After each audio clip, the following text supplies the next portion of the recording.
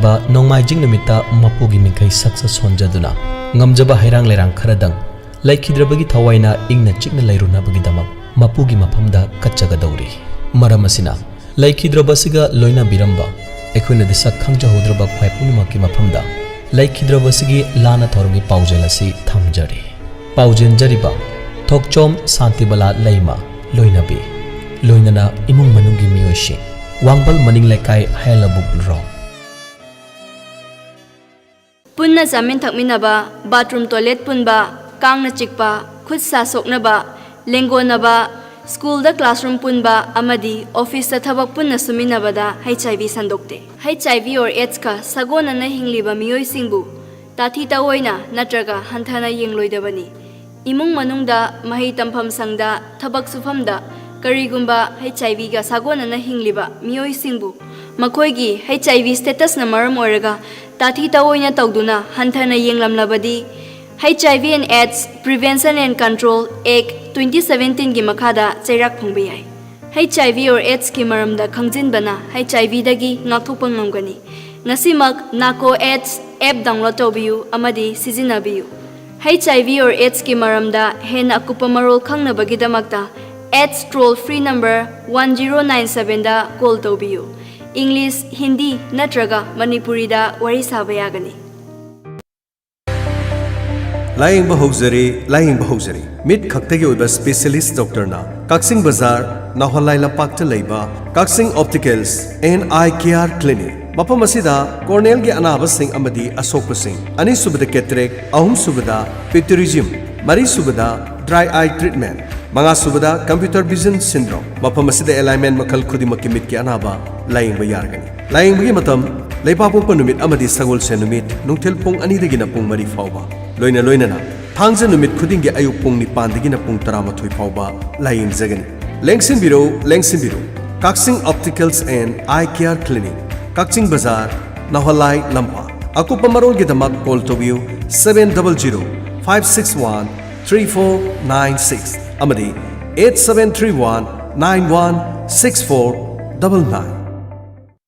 ꯃꯣꯏ ꯇꯥꯃꯣ, ꯂꯩꯉꯣꯏ ꯂꯧꯕꯅꯦꯅ ꯆꯠꯈ꯭ꯔꯒ ꯁꯨꯡꯂꯥꯛ ꯂꯥꯛꯇ꯭ꯔꯤꯁꯤꯕꯨ ꯀꯔꯤꯒꯤꯅꯣ? ꯂꯩꯉꯣꯏꯗꯨ ꯄꯨꯔꯛꯑꯅꯤ, ꯂꯩꯉꯣꯏ ꯆꯥꯝꯕꯒꯤ ꯃꯊꯧ ꯇꯥꯗ꯭ꯔꯕ, ꯑꯃꯨꯛ ꯅꯤꯛꯊꯣꯛꯄꯒꯤ ꯃꯇꯝꯁꯨ ꯃꯥꯡꯗ꯭ꯔꯕ, ꯑꯗꯨꯒꯅꯦ ꯊꯣꯔꯛꯂꯤꯕ ꯈꯨꯗꯤꯡꯃꯛ ꯑꯃꯠꯇ ꯃꯥꯡꯍꯟꯗꯅ ꯁꯤꯖꯤꯟꯅꯕ ꯌꯥꯔꯕ ꯅꯨꯡ ꯑꯁꯦꯡꯕꯗꯒꯤ ꯆꯞꯈꯥꯏꯔꯒ ꯁꯦꯝꯕ ꯁ꯭ꯇꯣꯟ ꯗꯁ ꯍꯥꯏꯅ ꯈꯪꯅꯕ ꯅꯨꯡꯀꯨꯞ ꯑꯗꯨ ꯃꯗꯨ ꯊꯤꯔꯨꯕꯅꯦꯃꯤ꯫ ꯑꯗꯨꯒ ꯌꯨꯝ ꯁꯥꯕ ꯌꯥꯕ꯭ꯔꯣ ꯍꯥꯏꯁꯤꯕꯣ? ꯌꯥꯝꯅ ꯐꯈ꯭ꯔꯕꯖꯥꯠꯅꯤ, ꯁꯦꯜꯁꯨ ꯌꯥꯝꯅ ꯇꯤꯡꯍꯟꯗ꯭ꯔꯦ, ꯑꯩꯈꯣꯏꯅ ꯄꯥꯝꯕꯗꯨꯁꯨ ꯐꯪꯉꯦꯗꯅ꯫ ꯑꯗꯨꯗꯤ ꯇꯥꯃꯣ, ꯀꯗꯥꯏꯗꯒꯤꯅꯣꯕ ꯇꯥꯃꯣꯅ ꯂꯧꯕꯤꯔꯨꯔꯤꯕꯗꯣ? ꯑꯗꯨꯕꯨꯔꯣ, ꯈꯥꯄ꯭ꯔꯤ ꯏꯟꯗꯁꯇ꯭ꯔꯤꯁ ꯍꯥꯏꯕ ꯇꯦꯟꯊꯥ ꯃꯔꯣꯡꯕꯟꯒ ꯆꯤꯡꯊꯥꯝꯒ ꯇꯥꯏꯅꯕ ꯑꯗꯨꯗ ꯄꯩꯔꯒ ꯂꯩꯔꯦ꯫ ꯑꯗꯨꯗꯤ ꯃꯈꯣꯏꯒꯤ ꯐꯣꯟ ꯅꯝꯕꯔꯗꯤ ꯈꯪꯕꯤꯕ꯭ꯔో? ꯈꯪꯉꯤ 700-5598-402 ꯑꯃꯨꯛꯀ ꯍꯟꯅ ꯍꯥꯏꯒꯦꯁꯦ꯫ ꯍꯣꯏ ꯇꯥꯃꯣ, 700-5598-402 ꯁꯦ ꯃꯐꯝꯁꯤ ꯀꯥꯎꯅꯤꯀꯣ, ꯈꯥꯄ꯭ꯔꯤ ꯏꯟꯗꯁꯇ꯭ꯔꯤꯁ ꯇꯦꯟꯊꯥ ꯃꯔꯣꯡꯕꯟꯒ ꯆꯤꯡꯊꯥꯝꯒ ꯇꯥꯏꯅꯕ ꯃꯐꯝ ꯑꯗꯨꯗ ꯆꯠꯂꯒ ꯑꯗꯨꯝ ꯐꯪꯉꯒꯗꯕꯅꯤ꯫ ꯍꯣꯏ ꯇꯥꯃꯣ꯫ ꯂꯣꯏꯅꯅ JCBꯒꯤ ꯗ꯭ꯔꯥꯏꯚꯔ ꯑꯃ ꯄꯥꯝꯖꯩ꯫ ꯊꯥꯒꯤ ꯇꯣꯂꯣꯞ 10,000ꯗꯒꯤꯅ 15,000 ꯑꯣꯏꯖꯒꯅꯤ꯫ ꯍꯥꯏꯔꯤꯕ ꯇꯣꯂꯣꯞ ꯑꯁꯤꯒꯤ ꯃꯊꯛꯇ ꯅꯣꯡꯃ ꯊꯕꯛ ꯄꯨꯜ ꯁꯨꯔꯕꯗꯤ 1,000 ꯄꯤꯖꯒꯅꯤ, ꯑꯗꯨꯒ ꯍꯥꯞ ꯑꯣꯏꯔꯒꯅ 900 ꯄꯤꯖꯒꯅꯤ꯫ ꯑꯀꯨꯞꯄ ꯃꯔꯣꯜꯒꯤꯗꯃꯛ 7085-223546, ꯂꯣꯏꯅꯅ 879469121524 ꯍꯥꯏꯔꯤꯕ ꯅꯝꯕꯔꯁꯤꯗꯒꯤ ꯑꯀꯨꯞꯄ ꯃꯔꯣꯜ ꯈꯪꯕꯤꯕ ꯌꯥꯒꯅꯤ꯫ ꯈꯪꯍꯟꯖꯔꯤꯕ ꯈꯥꯄ꯭ꯔꯤ ꯏꯟꯗꯁꯇ꯭ꯔꯤꯁ ꯇꯦꯟꯊꯥ꯫ ꯋꯥꯡꯖꯤꯡꯗꯒꯤꯅ ꯀ꯭ꯋꯥ ꯀꯩꯊꯦꯜ ꯐꯥꯎꯕꯒꯤ ꯃꯅꯨꯡꯗ ꯃꯅꯤ ꯕꯦꯒ ꯑꯃ ꯇꯥꯍꯧꯔꯤ꯫ ꯃꯅꯤ ꯕꯦꯒ ꯑꯗꯨꯗ ꯌꯥꯎꯈꯤꯕ ꯆꯦ ꯆꯥꯡꯁꯤꯡꯗꯤ Aadhaar card, voter card, driving licence, PAN card, CBIꯒꯤ ATM ꯀꯥꯔꯗ 2, ꯒꯥꯔꯤꯒꯤ ꯆꯦ ꯆꯥꯡ ꯈꯔ ꯌꯥꯎꯈ꯭ꯔꯦ꯫ ꯀꯅꯥꯒꯨꯝꯕꯅ ꯈꯨꯟꯕꯤꯕ ꯊꯣꯛꯂꯕꯗꯤ ꯀ꯭ꯋꯥ ꯀꯩꯊꯦꯜ ꯁꯌꯥꯡ ꯀꯨꯔꯥꯎ ꯃꯈꯣꯡꯗ ꯂꯩꯕ ꯃꯣꯏꯔꯥꯡꯊꯦꯝ ꯑꯖꯤꯠꯇ ꯁꯤꯟꯅꯕꯤꯌꯨ, ꯑꯋꯥꯃꯜ ꯃꯇꯤꯛ ꯆꯥꯅ ꯀꯠꯆꯒꯅꯤ꯫ ꯀꯣꯟꯇꯦꯛ ꯅꯝꯕꯔ ꯄꯤꯖꯔꯤ 7628893530 ꯑꯃꯨꯛꯇꯪꯒ ꯍꯟꯅ 7628893530 ꯅꯠꯇ꯭ꯔꯒꯅ ꯗꯥꯏꯃꯟ ꯔꯦꯗꯤꯑꯣꯗ ꯄꯥꯎ ꯄꯤꯕꯤꯌꯨ꯫ ꯂꯦꯡꯁꯤꯟꯕꯤꯔꯛꯎ ꯍꯥꯡꯗꯣꯛꯆꯔꯦ ꯑꯗꯣꯝꯒꯤꯗꯃꯛ ꯂꯩꯁꯜ ꯑꯥꯏ ꯀꯦꯌꯔ, ꯈꯥꯡꯉꯕꯣꯛ ꯕꯖꯥꯔ ꯅꯤꯌꯔ ꯏꯃꯥ ꯂꯥꯏꯔꯦꯝꯕꯤ ꯈꯣꯡꯅꯥꯡ꯫ अनौ अनौबा मतम सिगा चानरबा खुजु खुलाई मेचिन कयागा लोइनना पुनेदा मतम सांग थबक पुबिरकलबा हौजिकना खांगाबोक बाजार इमा लाइरेंबी खोंनांग हेक मयादा लैबा मिट लायंगफम लैसल आई केयारदा अक्टोबर थादगी नहौनना मिट लायंग बहुजरगनी निंगोन चाकौबगी मंगोइनना अक्टोबर थासिगी ओइबा अखन्नबा खुदोंग चाबा कयासु थमजरी खुदोंग चाबसिंग असि लौबिदुना लैसल आई केयारदा लेंबिरक्तुना लायंगबीबा यारगनी हेना अकुपा मरोन खंबिनिंगसुना कांटेक्ट तौबिरो 9612421970 अमुक्तंगा 9612421970 लैजरे अदोंगिदमक लैसल आई केयर खांगाबोक बाजार नियर इमा लाइरेंबी खोंना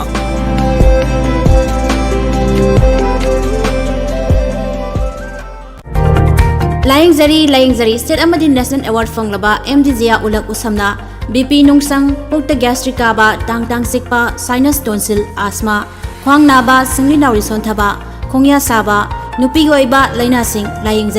लायंगजरी मफम मरी थोंना थमजरी अहानबदा केक्रुविला नॉर्थ एओसी ऑपोजिट केक्रुपाता अयुक पुंग 10 दगिना नुमिदांग वरम पुंग 5 फावबा लायंगजरी अनीसुबदा मयांग इम्फाल कोंचाक बाजारदा अयुक पुंग 6 तगी अयुक पुंग 9 फावबा लायंगजरी अहुम सुबदना यारिपोक बामो लेकाय कबरस्तान रोता युमसकेसा नुमित अमदी थांगजा नुमित खुदिंगी अयुक पुंग 10 दगिना नुंथिल पुंग 3 फावबा लायंगजरी मरी सुबदा ऑल बाजार जौमी कॉलोनी सिसिपुरदा लायंगजरी हेना कुपा मरोल खंबिनिंगबसिंगना कॉल तौबिराउ 8414825323 अमुका हना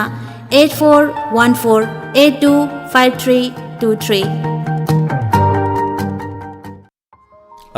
वे मनंग दिकराई चक्के थोलै नोने हे तमो मी सेम ते येंगे तवनी अदुगा फ्रेम अमा सुंग ग्लास है मुक्ता चेक तौरगे तवनी अदुगा रदि केंतु वारुरनो एमएम विजन सेंटर खांगबो केएम ब्लूमिंग हायर सेकेंडरी की ऑपोजिट लेरिबा आई केयर असिदने सही अनि स्वरूपगी एनिवर्सरी की 50% ऑफर असेंग बरो तामो माने असेंग मने ब्लू कट की लेंस तो लोबदने खुदोंग चाबा मधु तुम पीरे फ्रेम खुदिमक की खुदोंग चाबा लोइना फंगे मखन खुदिमक अदुगने हेन खुदोंग चाबा सिंगदिने युमदा थबक तौबा कंप्यूटर टीवी अदुगा मोबाइल सिंग येंगबा मतमदा ऑनलाइन की क्लास अंगांग सिंग यावरिदना मसिदा मिट सोकदबदगी ngakthokaदोरिबा अदुगा नॉर्मल ओइना लेहंगदोरिबा नुंसा मंगालगी यूवी प्रोटेक्शन दगी ngakthokaदोरिबा साइनस लेबा सिंगना सीजनबदि यांगबसु हेलली मयेक सेंगबसु हेलली अदुगा लेंस द खोटपा स्क्रैच मदुगुमसे पुनमक्तगी ngakthoकबसु ngमले तामो हाइरि बसिंग सिबु मोय दुकान दो लोइना फंगब्रो फंगे लोइना मक अदुगने पोलम सिंग से लौबदा 50% ऑफर करिगिनो हाबदा मखोइगी दुकान से हंगकबा सही एनी फारे ओ अदुगा मखोइगी ओपीडी टाइमिंग दी मखोइगी ओपीडी टाइमिंग दी अयुके पुंग 9 मखाइ दगिना नुंगमिदांग वाइरंगी पुंग 3 मखाइ फावबा तामो मखोइगी फोन नंबर के यावब्रो मखोइगी फोन नंबर 8787496898 तामो मुका हाबिरो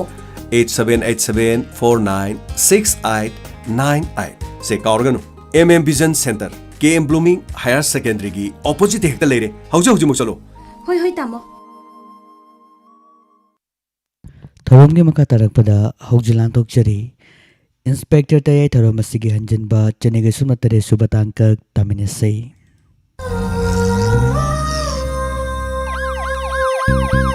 लाकले इंस्पेक्टर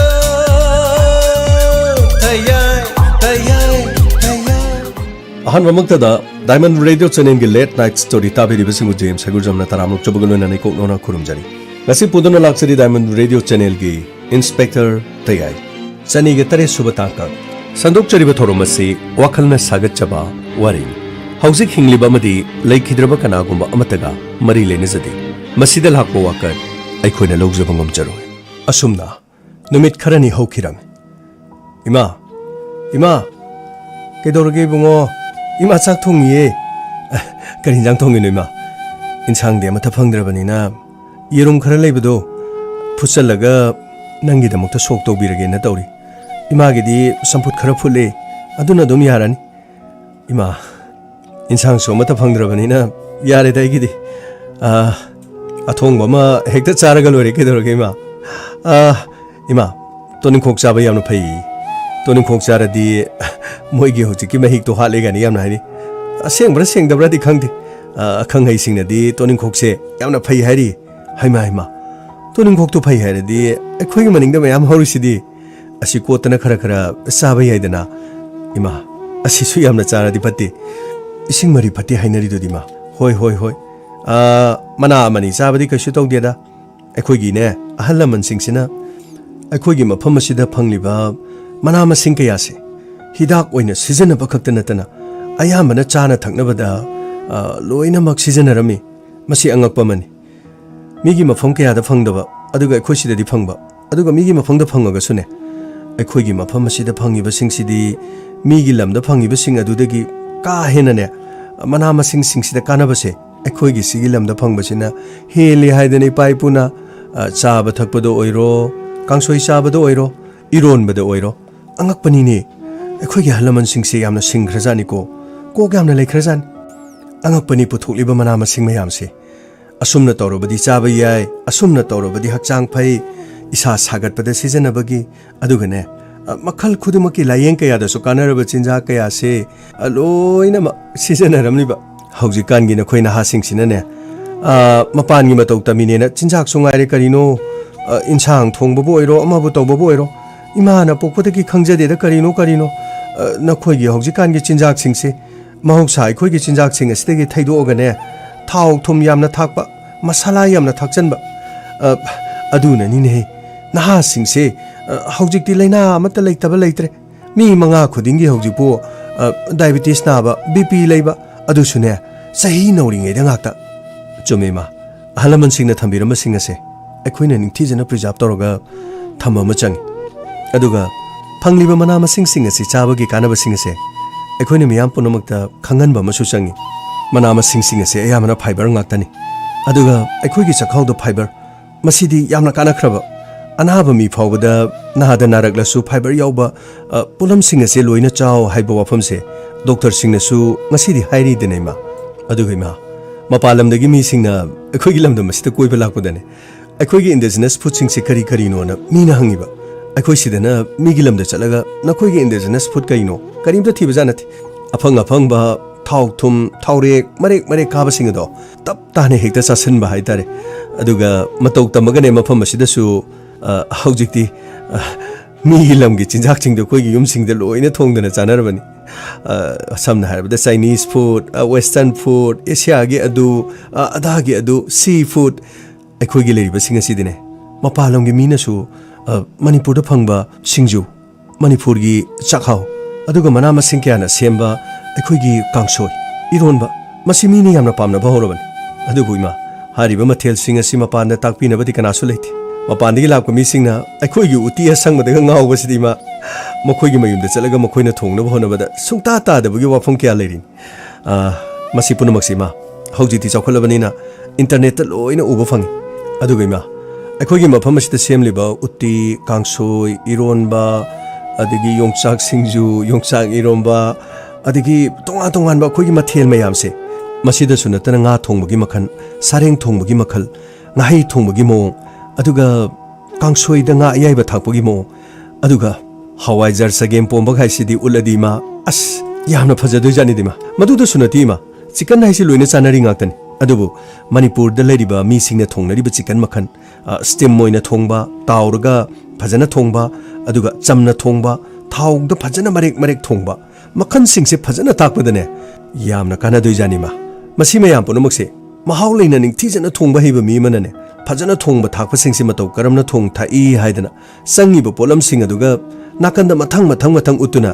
YouTube ꯆꯦꯅꯦꯜ ꯑꯃ ꯍꯥꯡꯉꯒ ꯃꯗꯨꯗꯅꯦ ꯅꯤꯡꯊꯤꯖꯅ ꯊꯣꯡꯕ ꯊꯥꯛꯄꯗꯨ ꯎꯠꯂꯗꯤꯅꯦ ꯆꯦꯅꯦꯜ ꯑꯗꯨꯁꯨ ꯁꯣꯏꯗꯅ ꯒ꯭ꯔꯣ ꯑꯣꯏꯒꯅꯤ ꯍꯥꯏꯕꯗꯤ ꯄꯩꯁꯥ ꯐꯪꯒꯅꯤ ꯃꯤꯅꯁꯨ ꯌꯥꯝꯅ ꯄꯥꯝꯅꯒꯅꯤ ꯃꯤꯒꯤ ꯂꯝꯒꯤꯗꯤ ꯂꯣꯏꯅ ꯊꯣꯛꯑꯒ ꯑꯩꯈꯣꯏ ꯂꯝꯒꯤ ꯀꯔꯤꯒꯤ ꯊꯣꯛꯏꯗꯣꯏꯅꯣ ꯍꯧꯖꯤꯛꯄꯨꯗꯤ ꯃꯤꯑꯣꯏ ꯈꯔꯗꯤ ꯂꯩꯔꯦ ꯃꯈꯣꯏꯅ ꯏꯟꯁꯥꯡ ꯊꯣꯡꯕꯒꯤ ꯈꯔ ꯎꯠꯂꯤ ꯑꯗꯨꯕꯨ ꯃꯗꯣ ꯃꯤꯅ ꯄꯥꯝꯅꯕꯒꯤ ꯃꯑꯣꯡꯗ ꯈꯔ ꯁꯦꯝꯕ ꯇꯉꯥꯏ ꯐꯗꯕ ꯈꯔꯗꯤ ꯂꯩꯔꯤ ꯈꯔ ꯇꯔꯨ ꯇꯅꯥꯟꯕ khara masak fajahanba sangiba polam singdu fajana utpa aduga lonely mine khangnanaba ningthijana takpi tambiba adugumba amadi changi ma haima ima isadi sai singi wari da dum tawdana leiredana saksu thiba kawre ima karibu torudoino nongandagi numit taw phoba ima gaiga dum unaduna dum leiri mapan thokpa suyade kerole kaina su akhoi bu inthok pire kari ru paile nahan gita khogi phabunga gita gana laga piramba polam kaya se masi su kanagre ꯗꯤꯄꯨꯅ ꯄꯤꯔꯝꯕ ꯃꯇꯨꯡꯗꯒꯤ ꯄꯥꯕꯨꯡꯒ ꯒꯤꯇꯥꯒꯅ ꯄꯤꯔꯝꯕꯁꯤꯡ ꯑꯁꯤꯅ ꯉꯁꯤ ꯐꯥꯎꯕꯗꯤ ꯑꯗꯨꯝ ꯆꯠꯂꯤ ꯍꯞꯇꯥ ꯑꯃ ꯈꯔ ꯍꯦꯟꯕꯗꯤ ꯑꯗꯨꯝ ꯆꯠꯈꯤꯅꯤ ꯈꯜꯂꯤ ꯒꯤꯇꯥꯅꯕꯨꯗꯤ ꯂꯣꯏꯔꯗꯤ ꯑꯗꯨꯝ ꯍꯥꯏꯔꯛꯑꯣ ꯍꯥꯏꯕꯅꯤ ꯑꯗꯨꯕꯨ ꯑꯩꯈꯣꯏꯒꯤꯗꯤ ꯂꯣꯏꯔꯦ ꯊꯤꯜꯂꯛꯑꯣ ꯍꯥꯏꯕꯗꯤ ꯀꯔꯝꯅ ꯍꯥꯏꯅꯤ ꯏꯃꯥ ꯍꯥꯏꯔꯣꯅꯨ ꯏꯕꯨꯡꯉꯣ ꯌꯥꯝꯅ ꯏꯀꯥꯏꯖꯩ ꯑꯗꯨ ꯏꯃꯥ ꯑꯩꯈꯣꯏꯗꯤ ꯊꯣꯛꯄꯁꯨ ꯌꯥꯗꯦ ꯍꯥꯏꯗ꯭ꯔꯗꯤ ꯀꯔꯝꯅ ꯇꯧꯅꯤ ꯏꯃꯥ ꯑꯩꯈꯣꯏꯒꯤ ꯂꯩꯀꯥꯏꯒꯤ YDC ꯀ꯭ꯂꯕꯀꯤ ꯀꯔꯤꯒꯨꯝꯕ ꯑꯝꯇ ꯅꯤꯡꯁꯤꯡꯖꯔꯤ ꯍꯜꯂꯣ ꯂꯩꯀꯥꯏꯁꯤꯗ ꯂꯩꯕꯤꯔꯤꯕ ꯃꯤꯌꯥꯝ ꯄꯨꯝꯅꯃꯛꯀꯤ ꯃꯐꯝꯗ ꯑꯅꯧꯕ ꯀꯣꯔꯣꯅꯥ ꯄꯣꯖꯤꯇꯤꯚ ꯑꯣꯏꯔꯛꯈꯤꯕ ꯏꯃꯨꯡ ꯈꯔꯒꯤ ꯃꯤꯡ ꯂꯥꯎꯊꯣꯛꯆꯒꯦ ꯉꯁꯤꯒꯤ ꯃꯥꯁ ꯇꯦꯁꯇꯤꯡꯒꯤ ꯃꯊꯪ ꯆꯠꯊꯔꯛꯄꯗ ꯑꯩꯈꯣꯏꯒꯤ ꯂꯩꯀꯥꯏ ꯑꯁꯤꯒꯤ ꯑꯋꯥꯡꯂꯣꯝ ꯊꯪꯕꯒꯤ ꯑꯩꯈꯣꯏꯒꯤ ꯇꯥ ꯑꯃꯨꯆꯧ ꯑꯗꯨꯒ ꯃꯍꯥꯛꯀꯤ ꯂꯣꯏꯅꯕꯤ ꯑꯗꯨꯒ ꯃꯈꯣꯏ ꯏꯃꯨꯡꯒꯤ ꯑꯍꯜ ꯑꯅꯤ ꯄꯨꯟꯅ ꯃꯈꯣꯏ ꯏꯃꯨꯡꯒꯤ ꯍꯧꯖꯤꯛꯁꯤ ꯀꯣꯔꯣꯅꯥꯒꯤ ꯄꯣꯖꯤꯇꯤꯚ ꯑꯣꯏꯔꯦ ꯑꯗꯨꯅ ꯏꯃꯨꯡ ꯑꯁꯤ ꯀꯣꯟꯇꯦꯟꯃꯦꯟ ꯖꯣꯟ ꯂꯥꯎꯊꯣꯛꯄꯒ ꯂꯣꯏꯅꯅ ꯑꯩꯈꯣꯏ ꯀꯩꯔꯣꯜ ꯂꯩꯀꯥꯏꯒꯤ ꯂꯩꯕꯤꯔꯤꯕ ꯃꯌꯥꯝꯅ ꯂꯩꯀꯥꯏ ꯑꯗꯨꯗ ꯆꯪꯕꯤꯗꯅꯅꯕ ꯃꯈꯣꯏꯒꯤ ꯏꯃꯨꯡ ꯑꯗꯨ ꯐꯥꯎꯗꯅꯅꯕ ꯑꯗꯨꯒ ꯑꯩꯈꯣꯏꯒꯤ ꯃꯥꯏꯛꯁꯤꯅ ꯇꯥꯕꯤꯔꯒꯗꯤ ꯇꯥꯃꯨꯆꯧ ꯉꯁꯤꯗꯒꯤ ꯏꯃꯨꯡꯗꯒꯤ ꯊꯣꯛꯄꯤꯔꯛꯀꯅꯨ ꯏꯃꯨꯡ ꯑꯗꯨꯒꯤ ꯃꯅꯨꯡꯗ ꯑꯗꯨꯝ ꯂꯩꯕꯤꯌꯨ ꯅꯍꯥꯟ ꯃꯈꯩ ꯂꯩꯀꯥꯏ ꯑꯁꯤꯒꯤ ꯑꯣꯏꯅ ꯊꯧꯗꯥꯡ ꯌꯥꯕꯤꯔꯝꯕ ꯇꯥꯃꯨꯆꯧ ꯌꯥꯝ ꯊꯥꯒꯠꯆꯔꯤ ꯑꯗꯨꯕꯨ ꯂꯩꯅꯥ ꯑꯁꯤꯗꯤ ꯃꯤꯆꯪ ꯃꯤꯈꯥꯏ ꯅꯥꯏꯗꯦ ꯍꯥꯏꯕꯗꯨꯅꯤ ꯑꯩꯈꯣꯏꯅ ꯇꯥꯃꯨꯆꯧꯕꯨ ꯅꯍꯥꯟ ꯃꯈꯩ ꯍꯥꯏꯔꯤꯕ ꯍꯤꯔꯝꯁꯤꯗ ꯌꯥꯎꯕꯤꯔꯝꯃꯒꯁꯨ ꯂꯩꯅꯥ ꯑꯁꯤꯅ ꯍꯧꯖꯤꯛ ꯅꯥꯔꯕꯅꯤꯅ ꯂꯩꯀꯥꯏ ꯑꯁꯤꯗꯒꯤ ꯃꯄꯥꯟ ꯊꯣꯛꯄꯤꯔꯛꯇꯅꯕ ꯍꯟꯅ ꯅꯤꯡꯁꯤꯡꯖꯔꯤ ꯀꯔꯤꯒꯨꯝꯕ ꯑꯗꯣꯝꯅ ꯂꯩꯀꯥꯏ ꯑꯁꯤꯗꯒꯤ ꯊꯣꯛꯄꯤꯔꯛꯄ ꯇꯥꯔꯒꯗꯤ ꯑꯩꯈꯣꯏ ꯂꯩꯀꯥꯏ ꯑꯁꯤꯒꯤ ꯂꯧꯕꯨꯛ ꯃꯄꯥꯟꯗ ꯂꯩꯔꯤꯕ ꯀꯝꯃ꯭ꯌꯨꯅꯤꯇꯤ ꯍꯣꯜ ꯑꯁꯤꯗ ꯇꯥꯃꯨꯆꯧ ꯂꯩꯕ ꯇꯥꯕꯅꯤ ꯑꯗꯨꯅ ꯑꯩꯈꯣꯏꯅ ꯂꯥꯎꯖꯔꯤꯕꯁꯤ ꯇꯥꯕꯤꯌꯨ ꯍꯧꯖꯤꯛ ꯂꯩꯉꯥꯛꯀꯤ ꯑꯣꯏꯅꯁꯨ ꯍꯣꯁꯄꯤꯇꯥꯜꯗ ꯃꯤ ꯆꯟꯗꯕꯅ ꯃꯔꯝ ꯑꯣꯏꯔꯒ ꯍꯧꯖꯤꯛ ꯍꯣꯁꯄꯤꯇꯥꯜꯗ ꯆꯠꯄ ꯂꯩꯐꯝ ꯂꯩꯇꯦ ꯑꯗꯨꯅ ꯑꯩꯈꯣꯏꯒꯤ ꯂꯧꯕꯨꯛ ꯃꯄꯥꯟꯗ ꯂꯩꯔꯤꯕ ꯃꯐꯝ ꯑꯁꯤꯗ ꯑꯩꯈꯣꯏ ꯑꯥꯏꯁꯣꯂꯦꯁꯟ ꯋꯥꯔꯗ ꯑꯃ क्वारंटाइन सेंटर में अखोई YDC क्लब की नहासिंगना मफम असिदा थुब मतम द सेमनबो हनजरी मधु फावगी ओइना युमदगी मपान थोकपीदना लेबियु युमदगी हाना अरे अरे बदु सिजनबियु लेत्रगसु मधु पुनमक्तु लेकाय मियामना खाइनरगा पिरकपुदु ngaइबा ताबनी तंगाइ Fadna ngasi ngarang gi oina हानादगी लेबो पोलम सिंग अदु सिजनबिदुना युमदगी मपान थोकपिरकनो हाइना निंगसिंगजरी हेलो हेलो अखोइना लाउजरी बसी इनबिदबा तोबिगनो हेलो हेलो इमा तादा मुसौदु पॉजिटिव और मालिने ओ नुंगाइतेदा करिनो मादी लेकाय सिदा खोइ फावबो मपान थोंद्रगा करिगिनो माना पॉजिटिव ओइ हाइसिबो मादी यामना सेक्शन दाइने इमा लेना सिदी सेक्शन दबगी वानाथि केरो लेकाय दुदा दुम मथंग मथंग नाबा होरकलदिने खरे हेने यामना सेक्शन बमसु चंगी अदुगा मादी लेना सिनादननबा अखोइ फावबो मपान थोक्तनबगी मसीदगी नुमित मरी मंगानी ममांग यामना कना हाइरमदुनी अदुगा मादी मतो करमना पइजानो इबुंगो नुंगाइतेदा मखोगी चाना थकनबा करी लेजानो कैरो लेकाइना खाइनरगा पिरकनी सो हाय पिरक्त्रदि हौजि चानिंगाइदि कमाइ तरोंगनी अदुगा फीवरगा यावब्रा खोटब्रा अदुगा ख्वाइलोरिदि मखोगी हल्लोइरबा ममागा मपागा लेबनिने अदु मखोइसु पे हाइगुम तौदाइने होजिगिदो होइमा मखोगिदु अहनसु लोइना पे हाइ अदुबु लुरिदिमा हॉस्पिटल द पुगदबसु हॉस्पिटल सु लेफम लेत्रे हाइरि अदुना हौजिक लेरिबसि मफम असिदा लेकाय असिदा मयामगा नक्नदनबा होम आइसोलेशन हाइबदि क्वारंटाइन सेंटर मा अखोइ YDC गी सेंगने हाइसे मसिदा मखोइ लेगदबा मालेमा अदुगमा आई थोक्तना हंगोगदबसु अखोइदि थोलकपा यारोइसु हाइ लेकाय सिगी थबक थोरम मतसु यहोंद्रि अखोइगी लेकायसिना तौरिबसि खरदि हेनमनबनि सिक्सिलिबनि हाइदनबु मसिदि खरे हेनमनख्रे पाउचे ई पाउ करीमत तादरबरा रेडियो दा लाउरिबा अदुगा खबरदि याउरि मयामसि मखोइ करीमत खंद्र माले सिक्सिनगदबा मतमदा सिक्सिनद्रगा हौजुबु Naraba मतमसिदबु नारिबे इमुंगदुदा मखोइना दंदि पिबगी मोंगसिदि ngasi masada thuedana nara oidobu yel oidobu dungai aina mokhoida gari waiba chalubudu tin phawbu sisa leini nima ibunga sanje miga manaba yaba nateda makhoina tawre haidana khoina tawgadrane ha makhoina gyan tadraga aikhoina makhoigu onchina duna gyan tadrabadi loredana taibu miyoiba haibase amana amagi tamakta mateng pangnabudu miyoiba kowi khanba ngamba ngangba ngamba aduga afa phata punama khangniba miyoiba khoina मीगी अवाबद मतेंग पांग ngамद्रदि मियोइबो ओइरुबगी करि कानागदगे नुंगाइते याम नुंगाइते माना वाजरिबा दुबुदि अखोइदगी लेकाय सिदा नाबदु संदुरकनी हाइदना वाजरिबनिदना अखोइसु मपान थोकते अखोइसु लोइनरुदि फनदुम फैहे हंदकसे अखोइनगा थोअमदि अइंगोनदगी संतोरइनि हाइदना लेकाय मयाम सिनबु ngang बिरमब्रा खंगदेदा ओइ तारिब्रा नंगो ताई कईदौरगे मोई तामो इसाउ पलांगदा लांगिदुबु करिगिनो इसाउ लांगद्रदि कइनोने हा hospital दा चलगा अखोई करिनो अखोई लेफम खोफम खर सिनबिओ हाइदना नापा नुपादुबु नसाइदगी फोन तौबदु पाइदिने हा अइना फोन तौबदु पाइदेबा मभाई अइना फोन तौबदा माना पाइद्रि मरमसि कइगिनो अदुगिदि अखोइसु लोइना पाए हाइबदुदा हंगोइदना तौबो इरमगनिए ए मीना हंगोइबदि हंगोइबनि अꯩꯒꯤ ꯏꯃꯨꯡ ꯃꯅꯨꯡ ꯑꯩꯒꯤ ꯃꯔꯤ ꯃꯇꯥꯁꯤꯡꯅꯗꯤ ꯑꯩꯈꯣꯏꯗꯤ ꯀꯔꯤꯒꯤ ꯍꯪꯒꯣꯏꯗꯣꯔꯤꯕ ꯍꯥ ꯂꯩꯅꯥ ꯑꯁꯤꯕꯨ ꯍꯦꯛꯇ ꯂꯧꯅꯔꯦꯅꯦ ꯍꯥꯏꯕ꯭ꯔꯣ ꯑꯦꯝꯕꯨꯂꯦꯟꯁ ꯊꯧꯔꯤꯕꯁꯤꯡꯗꯨꯕꯨ ꯂꯧꯅꯕ꯭ꯔꯥꯕ ꯑꯗꯨꯕꯨ ꯃꯣꯏ ꯇꯥꯃꯣ ꯃꯈꯣꯏꯁꯨ ꯅꯥꯅꯦꯅ ꯀꯤꯕꯗꯒꯤ ꯇꯧꯕ ꯑꯣꯏꯔꯝꯒꯅꯦꯕ ꯏꯄꯥ ꯅꯨꯄꯥꯗꯨꯅ ꯍꯥꯏꯔꯛꯄꯗꯅꯦ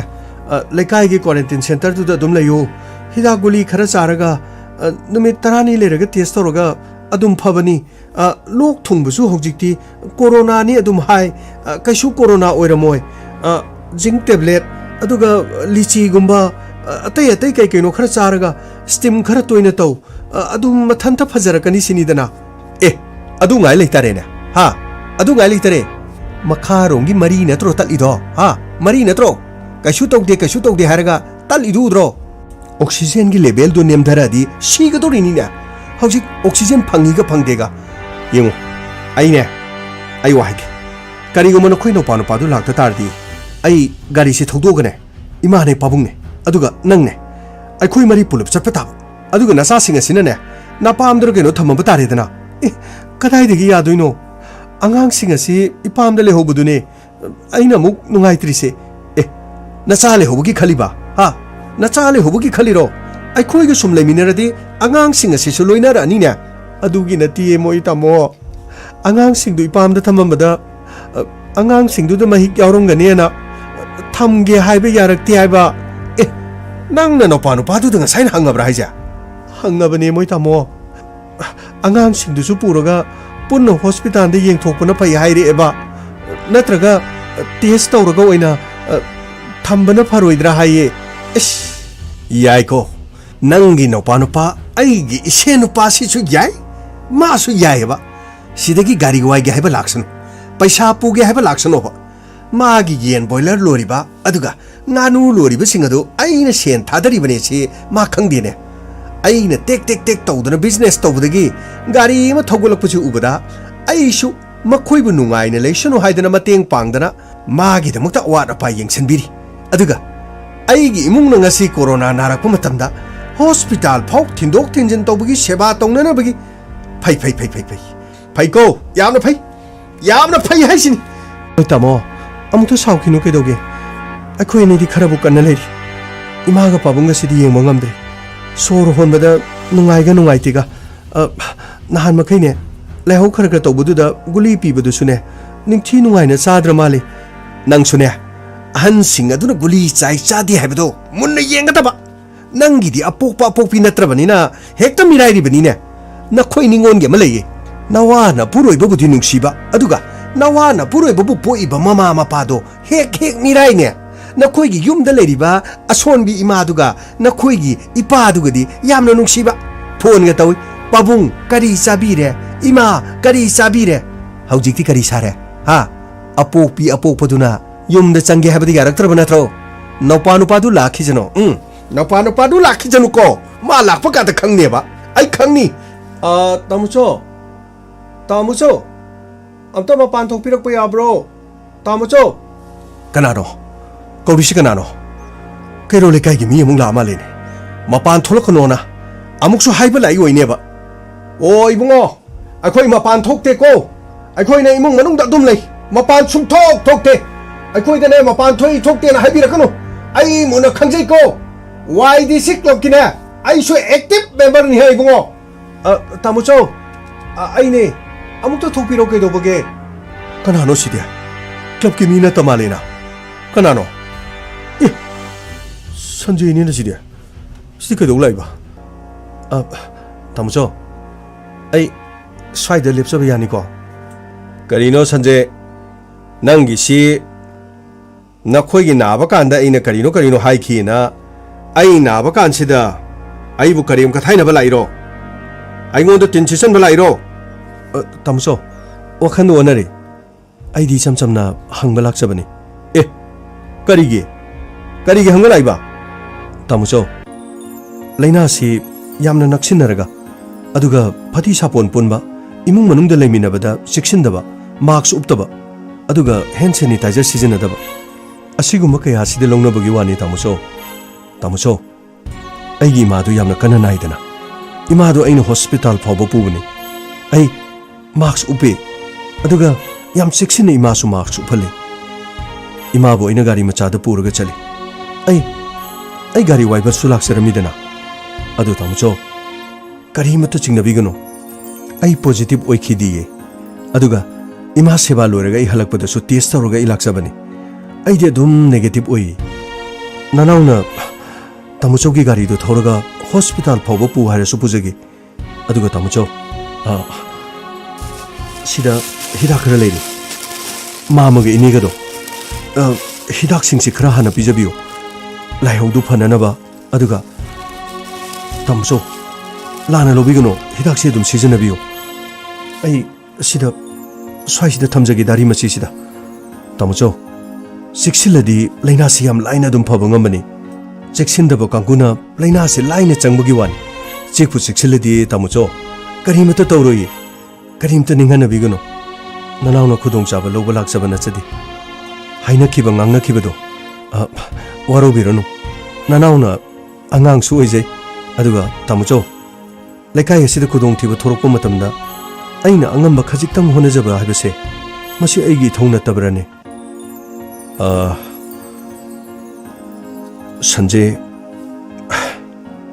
ꯅꯌꯥꯝꯕ ꯂꯥꯟꯅ ꯈꯜꯂꯨꯔꯦꯅꯦ ꯀꯩꯔꯣꯜ ꯂꯩꯀꯥꯏꯅꯁꯨ ꯅꯌꯥꯝꯕꯁꯨ ꯏꯟꯊꯣꯛꯄꯤꯔꯦꯅꯦ ꯑꯩꯒꯤ ꯏꯁꯦ ꯅꯨꯄꯥꯅꯁꯨ ꯑꯩꯕꯨ ꯍꯣꯁꯄꯤꯇꯥꯜ ꯐꯥꯎꯕ ꯏꯃꯥ ꯄꯥꯕꯨꯡꯒ ꯊꯤꯟꯕꯤꯌꯨ ꯍꯥꯏꯕ ꯃꯁꯤꯁꯨ ꯌꯥꯎꯔꯤꯕꯅꯤ ꯑꯗꯨꯕꯨ ꯌꯥꯗ꯭ꯔꯦ ꯑꯗꯨꯕꯨ ꯁꯟꯖꯦ ꯅꯪꯒꯤ ꯉꯁꯤꯒꯤ ꯊꯧꯑꯣꯡ ꯑꯁꯤ ꯅꯌꯥꯝꯕ ꯏꯀꯥꯏꯕ ꯐꯥꯎꯏ ꯄꯨꯛꯅꯤꯡ ꯅꯨꯡꯁꯤ ꯃꯤꯑꯣꯏꯕ ꯑꯃꯅ ꯃꯤꯑꯣꯏꯕ ꯑꯃꯒꯤ ꯀꯔꯝꯕ ꯃꯇꯝꯗ ꯇꯉꯥꯏ ꯐꯗꯅ ꯗꯔꯀꯥꯔ ꯂꯩꯒꯦ ꯍꯥꯏꯕꯗꯣ ꯅꯪꯅ ꯐꯖꯅ ꯇꯥꯛꯏꯅꯦ ꯏꯕꯨꯡꯉꯣ ꯅꯪꯅ ꯃꯥꯏ ꯄꯥꯛꯇꯅ ꯀꯅꯥꯅ ꯄꯥꯛꯀꯅꯤ ꯑꯊꯣꯏꯕꯅꯤ ꯅꯪꯗꯤ ꯑꯩꯈꯣꯏ ꯂꯝꯗꯝ ꯑꯁꯤꯒꯤ ꯁꯅꯥ ꯂꯩꯄꯥꯛ ꯑꯁꯤꯒꯤ ꯌꯥꯝꯅ ꯅꯨꯡꯉꯥꯏ ꯂꯩꯅꯥ ꯑꯁꯤꯅꯅꯦ ꯏꯕꯨꯡꯉꯣ ꯅꯌꯥꯝꯕ ꯑꯩꯒꯨꯝꯕꯗ ꯄꯛꯇꯅ ꯀꯅꯥꯗ ꯄꯛꯀꯅꯤ ꯄꯨꯛꯆꯦꯜ ꯄꯤꯛꯄ ꯑꯗꯨꯒ ꯅꯥꯔꯒ ꯐꯔꯒ ꯍꯜꯂꯛꯄ ꯃꯤꯗ ꯐꯥꯎꯕ ꯑꯩꯅ ꯇꯨꯀꯠꯆꯕ ꯍꯪꯒꯣꯏꯈꯤꯕꯗꯨ ꯉꯁꯤꯗꯤ ꯑꯣꯟꯁꯤꯜꯂꯒ ꯑꯩꯕꯨ ꯀꯩꯔꯣꯜ ꯂꯩꯀꯥꯏꯅ ꯃꯔꯤ ꯃꯇꯥꯁꯤꯡꯅ ꯑꯩꯕꯨ ꯇꯨꯀꯠꯆꯔꯕ ꯑꯗꯨꯒ ꯑꯩꯅ ꯅꯃꯥꯏꯗ ꯇꯤꯟ ꯁꯤꯆꯤꯟꯕꯤꯈꯤꯕ ꯅꯌꯨꯝꯗꯁꯨ ꯂꯥꯛꯑꯒ ꯑꯩꯅ ꯉꯥꯏꯍꯥꯛ ꯂꯩꯇ ꯑꯩꯅ ꯋꯥꯖꯥꯎ ꯉꯥꯡꯗꯨꯅ ꯀꯤꯍꯟꯈꯤꯕ ꯑꯗꯨꯒꯨꯝꯕ ꯃꯤꯗꯨꯅ ꯉꯁꯤ ꯑꯩꯒꯤ ꯏꯅꯥꯛꯇ ꯂꯥꯛꯇꯨꯅ ꯑꯩꯒꯤꯗꯃꯛꯇ ꯅꯪꯅ ꯂꯦꯞꯄꯤꯔꯤꯕꯁꯦ ꯑꯩ ꯄꯨꯟꯁꯤ ꯆꯨꯞꯄ ꯀꯥꯎꯔꯣꯏ ꯁꯟꯖꯦ ꯄꯨꯟꯁꯤ ꯆꯨꯞꯄ ꯀꯥꯎꯔꯣꯏ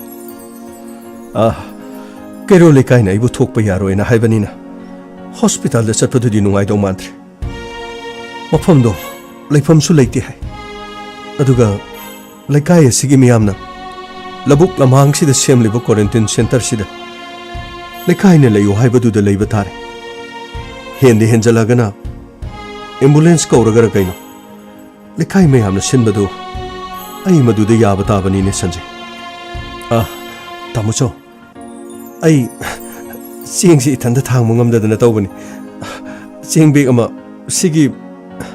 ꯈꯣꯡꯕꯥꯟꯁꯦ ꯍꯦꯛ ꯀꯥꯟꯊꯣꯛꯄꯒ ꯂꯩꯔꯤ ꯏꯊꯟꯇ ꯊꯥꯡ ꯉꯝꯗ꯭ꯔꯕ ꯁꯤ ꯑꯝꯇ ꯄꯥꯏꯃꯤꯟꯅꯁꯤ ꯆꯦꯡꯗꯤ ꯀꯔꯤꯒꯤ ꯇꯥꯃꯣꯆꯧ ꯆꯦꯡ ꯈꯛꯇ ꯅꯠꯇꯦ ꯑꯂꯨ ꯍꯋꯥꯏ ꯌꯦꯔꯨꯝ ꯄꯥꯄꯔ ꯑꯇꯩ ꯄꯣꯠꯂꯝ ꯀꯌꯥꯁꯨ ꯇꯤꯜꯍꯧ ꯆꯅꯝꯁꯨ ꯌꯥꯎꯔꯤ ꯅꯍꯥꯟ ꯒꯤꯇꯥ ꯈꯣꯏꯒꯤ ꯄꯥꯕꯨꯡꯅ ꯄꯤꯔꯝꯕꯗꯨ ꯌꯥꯝꯅ ꯂꯩ ꯑꯗꯨꯒ ꯗꯤꯄꯨꯅ ꯄꯤꯔꯝꯕꯗꯨꯁꯨ ꯅꯍꯥꯟꯗꯒꯤ ꯑꯩꯈꯣꯏ ꯁꯨꯝ ꯆꯥꯕ ꯂꯣꯏꯔꯛꯇ꯭ꯔꯤꯕꯅꯤ ꯑꯗꯨꯅ ꯇꯥꯃꯣꯆꯧ ꯀ꯭ꯋꯥꯔꯦꯟꯇꯤꯟ ꯁꯦꯟꯇꯔꯗ ꯂꯩꯔꯕꯁꯨ ꯆꯥꯗꯕꯗꯤ ꯌꯥꯔꯣꯏ ꯃꯁꯤꯅ ꯃꯇꯝ ꯈꯔ ꯁꯤꯖꯤꯟꯅꯔꯁꯤ ꯋꯥꯠꯂꯒꯁꯨ ꯑꯗꯨꯝ ꯍꯥꯏꯕꯤꯔꯛꯑꯣ ꯅꯅꯥꯎꯒꯤ ꯐꯣꯟ ꯅꯝꯕꯔ ꯑꯩ ꯑꯗꯨꯝ ꯄꯤꯖꯔꯝꯒꯦ ꯁꯟꯖꯦ ngasi nang na tawri sibu karino ne Sanjay ai nang ina pham thala le Sanjay ai nayamba la le ai nati adu mai da haibigino ꯇꯥꯃꯣꯆꯧ ꯀꯔꯤꯒꯤꯅꯣ ꯀꯩꯔꯣꯜ ꯂꯩꯀꯥꯏꯒꯤ ꯏꯌꯥꯝꯕꯗꯤ ꯑꯩꯒꯤꯁꯨ ꯄꯣꯛꯃꯤꯟꯅꯕ ꯏꯌꯥꯝꯕꯒꯨꯝꯕꯅꯤ ꯏꯌꯥꯝꯕ ꯑꯩꯈꯣꯏ ꯑꯁꯣꯏ ꯑꯉꯥꯝ ꯊꯣꯛꯄ ꯌꯥꯕ ꯅꯠꯇꯦ ꯂꯥꯛꯑꯣ ꯑꯝꯇ ꯊꯥꯡꯃꯤꯟꯅꯁꯦ ꯅꯌꯥꯝꯕꯗꯤ ꯄꯣꯖꯤꯇꯤꯚ ꯑꯣꯏꯔꯕꯅꯤ ꯅꯇꯩꯃꯁꯤꯒ ꯊꯥꯡꯉꯒꯦ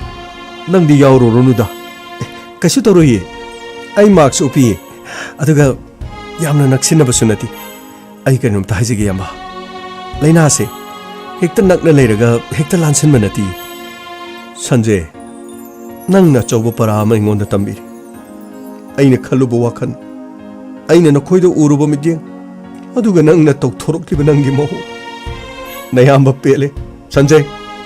ꯅꯌꯥꯝꯕ ꯌꯥꯝꯅ ꯄꯦꯜꯂꯦꯀꯣ ꯁꯟꯖꯦ ꯅꯠꯇꯦ ꯁꯦ ꯑꯃꯨꯛꯇ ꯁꯤ ꯄꯥꯏꯃꯤꯟꯅꯁꯤꯁꯦ ꯐꯔꯦ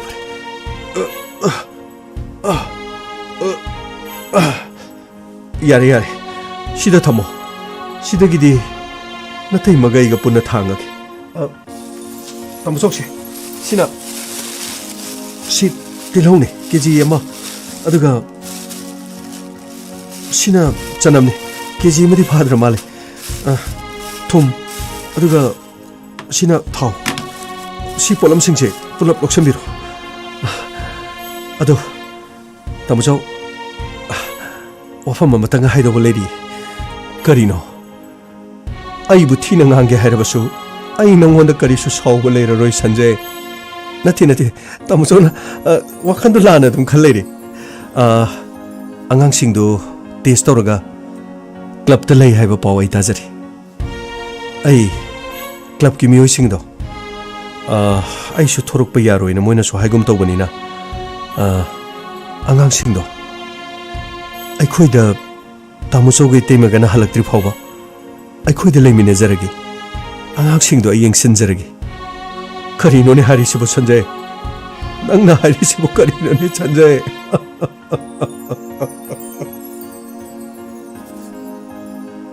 ꯌꯦꯡꯉꯨꯅꯦ ꯃꯃꯥ ꯁꯟꯖꯌꯅ ꯈꯜꯂꯤꯕ ꯋꯥꯈꯜꯁꯤ ꯌꯦꯡꯉꯨꯅꯦ ꯅꯪꯒꯤ ꯅꯨꯄꯥꯅ ꯐꯥꯎꯕ ꯑꯉꯥꯡꯁꯤꯡ ꯑꯁꯤ ꯃꯈꯣꯏꯗ ꯊꯝꯕ ꯉꯝꯃꯔꯣꯏ ꯍꯥꯏ ꯑꯗꯨꯒ ꯁꯟꯖꯌꯅ ꯃꯈꯣꯏꯗ ꯊꯝꯒꯦ ꯍꯥꯏꯔꯤꯕꯁꯤ ꯅꯪꯕꯨ ꯇꯥꯗ꯭ꯔꯣ ꯁꯟꯖय 이마수 마사 손만이나 너코이다 앙앙싱 탐바두부 앙앙싱두나 마힉 빡드나 코트나 떠러마디 너코이기 이마다목 란실라디 깜동니 나테나 테테마 테마나 하이비리도 로이라레 테마도 그림도 레이티 앙앙싱두 테스트 taubuda negative oire hairabanina kaishu kaiba leitre ꯑꯩꯈꯣꯏꯗ ꯂꯩꯕꯗ ꯑꯩꯈꯣꯏ ꯃꯥꯗꯒꯤ ꯂꯥꯟꯁꯟꯒꯅꯤ ꯍꯥꯏꯕꯒꯤ ꯀꯤꯕꯩꯗꯤ ꯈꯪꯗ꯭ꯔꯦ ꯑꯗꯨꯒ ꯑꯩꯈꯣꯏꯗꯤ ꯇꯦꯁ ꯇꯧꯔꯒ ꯂꯣꯏꯅ ꯅꯦꯒꯦꯇꯤꯚ ꯑꯣꯏꯔꯦꯅ ꯆꯦꯁꯨ ꯂꯣꯏꯅ ꯂꯩꯖꯔꯕꯅꯤ ꯏꯇꯩꯃ ꯁꯟꯖꯦ ꯑꯗꯨꯒꯤ ꯅꯠꯇꯦ ꯃꯤꯇꯩꯃꯕꯨ ꯑꯃꯨꯛ ꯏꯀꯥꯏꯕ ꯄꯤꯕꯤꯔꯅꯨ ꯑꯩꯈꯣꯏꯅ ꯅꯈꯣꯏꯗ ꯂꯥꯟꯅ ꯌꯦꯡꯈꯤꯕꯗꯣ ꯃꯗꯨꯒꯤ ꯌꯥꯝꯅ ꯂꯥꯜꯂꯕꯅꯤ ꯄꯣꯛꯃꯤꯟꯅꯕ ꯏꯄꯥꯅ ꯐꯥꯎꯕ ꯃꯆꯦꯒꯤ ꯃꯆꯥ ꯐꯥꯎꯕ ꯃꯈꯣꯏꯅ ꯊꯝꯅꯤꯡꯗ꯭ꯔꯦ ꯑꯗꯨꯒ ꯄꯣꯛꯃꯤꯟꯅꯗꯕ ꯀꯩꯔꯣꯜ ꯂꯩꯀꯥꯏꯒꯤ ꯏꯄꯥ ꯑꯃꯅ ꯑꯩꯒꯤ ꯏꯆꯥꯁꯤꯡꯕꯨ ꯌꯦꯡꯁꯤꯟꯕꯤꯒꯦ ꯍꯥꯏꯔꯒ ꯑꯩꯅ ꯀꯔꯤꯒꯤ ꯌꯥꯔꯣꯏꯗꯣꯏꯅꯣ ꯁꯟꯖꯦ ꯅꯪꯗꯤ ꯑꯊꯣꯏꯕꯅꯤ ꯅꯪꯗꯤ ꯃꯤꯊꯣꯏ ꯃꯤꯍꯦꯟꯕꯅꯤ ꯃꯇꯝ ꯄꯨꯝꯅꯃꯛꯇ ꯃꯥꯏ ꯄꯥꯎ ꯏꯇꯩꯃ ꯌꯥꯔꯦꯁꯦ ꯑꯩꯈꯣꯏ ꯀꯅꯥꯁꯨ ꯑꯃꯅ ꯑꯃꯗꯒꯤ ꯍꯦꯟꯕ ꯀꯔꯤꯁꯨ ꯂꯩꯇꯕꯅꯤ ꯆꯞ ꯃꯥꯟꯅꯕꯅꯤ 마기 사방기 기당 캐나버기 완 파리세 테마 앙앙싱도 아이네 쌀라가 러루츠 하이라가스 럭저르게 두부 클럽 기미호싱두가 이테마 코이가 목당디 파우 파우나비로 마코이나 코이다 둠 팀비라수 야레 나트라가 아이네 러버 차서르서 둠 차서르기 아두게 테마 가직당 학상 누가있다바 코타바 야록라바디네 나나우도 파우 둠 비비로 소이드나 호스피탈 용나나바 나나우나 소이드나 틴자가니 ꯑꯩꯒꯤ ꯒꯥꯔꯤ ꯑꯆꯧꯕ ꯂꯩꯇ꯭ꯔꯕꯁꯨꯅꯦ ꯏꯇꯩꯃ ꯈꯣꯏꯒꯤ ꯒꯥꯔꯤꯁꯨ ꯑꯣꯏꯔꯁꯨ ꯅꯅꯥꯎ ꯊꯣꯛꯖꯒꯦ ꯑꯗꯨꯒ ꯁꯣꯏꯗꯅꯃꯛꯀꯤ ꯑꯩ ꯍꯣꯁꯄꯤꯇꯥꯜ ꯌꯧꯅꯕ ꯑꯗꯨꯒꯅꯦ ꯇꯉꯥꯏ ꯐꯗꯕꯁꯤꯡꯗꯣ ꯑꯩ ꯀꯔꯤꯅꯣ ꯗꯤꯄꯨ ꯈꯣꯏꯒ ꯇꯥꯟꯅꯔꯒꯁꯨ ꯑꯩ ꯁꯣꯏꯗꯅ ꯇꯧꯖꯒꯦ ꯁꯟꯖꯦ ꯉꯁꯤ ꯅꯪꯅ ꯃꯐꯝ ꯑꯁꯤꯗ ꯎꯠꯂꯤꯕ ꯅꯪꯒꯤ ꯃꯤꯅꯨꯡꯁꯤ ꯑꯗꯨꯒ ꯑꯩꯅ ꯃꯤꯅꯨꯡꯁꯤ ꯂꯩꯇꯅ ꯅꯈꯣꯏꯗ ꯎꯠꯈꯤꯕ ꯅꯪꯒꯤ ꯏꯃꯥꯗ ꯐꯥꯎꯕ ꯑꯩꯅ ꯆꯤꯟꯊꯛꯇ ꯀꯨꯝꯗꯨꯅ ꯍꯥꯏꯈꯤꯕ ꯃꯗꯨ ꯄꯨꯝꯅꯃꯛꯇꯣ ꯅꯌꯥꯝꯕ ꯌꯥꯝꯅ ꯏꯀꯥꯏ ꯉꯁꯤ ꯏꯅꯥꯎꯅ ꯎꯠꯂꯤꯕ ꯃꯤꯅꯨꯡꯁꯤ ꯑꯁꯦ ꯑꯃꯠꯇ ꯃꯥꯡꯂꯣꯏ ꯏꯅꯥꯎꯗꯤ ꯑꯊꯣꯏꯕꯅꯤ ꯑꯩꯒꯤ ꯏꯅꯥꯎ ꯁꯟꯖꯩꯗꯤ ꯂꯥꯏꯒꯤ ꯃꯆꯥꯅꯦ ꯂꯥꯏꯒꯤ ꯃꯆꯥ ꯑꯩ ꯁꯟꯇꯣꯁ ꯅꯈꯣꯏ ꯀꯗꯥꯏꯗ ꯂꯩꯕꯅꯣ ꯂꯥꯛꯀꯦ ꯑꯁ ꯉꯁꯤꯗꯤ ꯀꯔꯤꯅꯣ ꯚꯦꯛꯁꯤꯟ ꯀꯥꯞꯄꯗꯀꯣ ꯏꯁꯥꯁꯦ ꯉꯁꯥꯏ ꯃꯈꯩ ꯀꯔꯤ ꯑꯣꯏꯒꯗꯕꯅꯣ ꯑꯩꯁꯦ ꯈꯟꯗꯅ ꯂꯩꯕꯅꯦꯕ ꯑꯗꯨꯒ ꯑꯁ ꯚꯦꯛꯁꯤꯟ ꯀꯥꯞꯄ ꯂꯣꯏꯔꯒ ꯑꯩꯅ ꯃꯤꯠꯁꯦ ꯆꯦꯠ ꯎꯏꯁꯤꯜꯂꯒꯀꯣ ꯑꯩꯅ ꯏꯁꯥꯁꯦ ꯇꯞꯅ ꯃꯤꯠꯁꯦ ꯄꯥꯡꯊꯣꯛꯂꯒꯀꯣ ꯑꯩꯁꯦ ꯀꯔꯤ ꯑꯣꯟꯕꯅꯣ ꯍꯥꯏꯅ ꯑꯩꯅ ꯏꯍꯥꯟ ꯍꯥꯟꯅ ꯌꯦꯡꯉꯦꯕꯀꯣ ꯑꯁ ꯑꯩꯁꯦ ꯁꯨꯝ ꯌꯦꯡꯕꯗꯀꯣ ꯑꯩꯒꯤ ꯈꯨꯠꯁꯤ ꯃꯇꯨꯁꯦ ꯁꯨꯝ ꯆꯣꯝꯕ꯭ꯔꯥ ꯌꯦꯡꯕꯁꯦ ꯀꯔꯤꯒꯤ ꯅꯪꯒꯤ ꯅꯈꯨꯠꯇ ꯁꯨꯝ ꯌꯦꯡꯉꯤꯗꯤ ꯀꯔꯤꯒꯤꯅꯣ ꯑꯁ ꯁꯟꯇꯣꯁ ꯀꯔꯤꯅꯣ ꯃꯣꯏ ꯍꯤꯗꯥꯛ ꯀꯥꯞꯄꯗꯨ ꯌꯣꯡ ꯑꯣꯜꯂꯦ ꯍꯥꯏꯕꯗꯣ ꯍꯤꯗꯥꯛꯇꯣ ꯀꯥꯞꯄꯒꯤ ꯌꯣꯡꯒꯤ ꯃꯇꯨꯗꯣ ꯑꯩꯒꯤ ꯈꯨꯠꯇ ꯁꯨꯝ ꯆꯣꯝꯃꯛꯄ꯭ꯔꯥ ꯌꯦꯡꯕꯅꯤꯅꯦ ꯌꯥꯏꯌꯦ ꯅꯪꯁꯨ ꯀꯗꯥꯏꯗ ꯌꯣꯡ ꯑꯣꯟꯗꯣꯏꯅꯣ ꯑꯩꯈꯣꯏ ꯅꯥꯗꯩ ꯂꯩꯁꯤ ꯌꯣꯡ ꯑꯣꯟꯕ꯭ꯔꯣ ꯅꯈꯣꯏꯗꯤ ꯙꯔꯃ ꯂꯩꯕꯒꯤ ꯑꯣꯟꯗꯕ ꯑꯣꯏꯔꯝꯒꯅꯤꯗ ꯀꯗꯥꯏꯗꯅꯣ ꯀꯩꯅꯣ ꯃꯤ ꯌꯣꯡ ꯌꯥꯝ ꯑꯣꯜꯂꯦ ꯁꯒꯣꯜ ꯑꯣꯜꯂꯦ ꯍꯥꯏꯗꯅ ꯃꯤꯅ ꯃꯌꯥꯝ ꯉꯥꯡꯅꯕꯗꯣ ꯅꯪꯕꯨ ꯀꯔꯤꯝꯇ ꯇꯥꯗ꯭ꯔꯣ ꯑꯁ ꯑꯩꯗꯤ ꯎꯆꯤꯟ ꯅꯥꯆꯤꯟ ꯃꯈꯣꯏꯒꯤ ꯅꯔꯁ ꯅꯨꯄꯤꯗꯨꯅꯀꯣ ꯑꯩꯒꯤ ꯄꯥꯝꯕꯣꯝꯁꯤꯗ ꯁꯨꯝꯅ ꯊꯥꯛ ꯄꯥꯏ ꯑꯗꯨꯒ ꯑꯩ ꯁꯤꯗꯩꯗ ꯃꯈꯣꯏꯒꯤ ꯀꯔꯤꯅꯣ ꯍꯤꯗꯥꯛ ꯏꯪ ꯂꯥꯎꯕ ꯑꯃ ꯁꯠ ꯇꯩꯁꯤꯜꯂꯛꯑꯦꯕꯀꯣ ꯑꯗꯨꯒ ꯑꯩꯅ ꯃꯤꯠꯁꯦ ꯆꯠ ꯎꯏꯁꯤꯜꯂꯒ ꯀꯥꯞꯄꯣ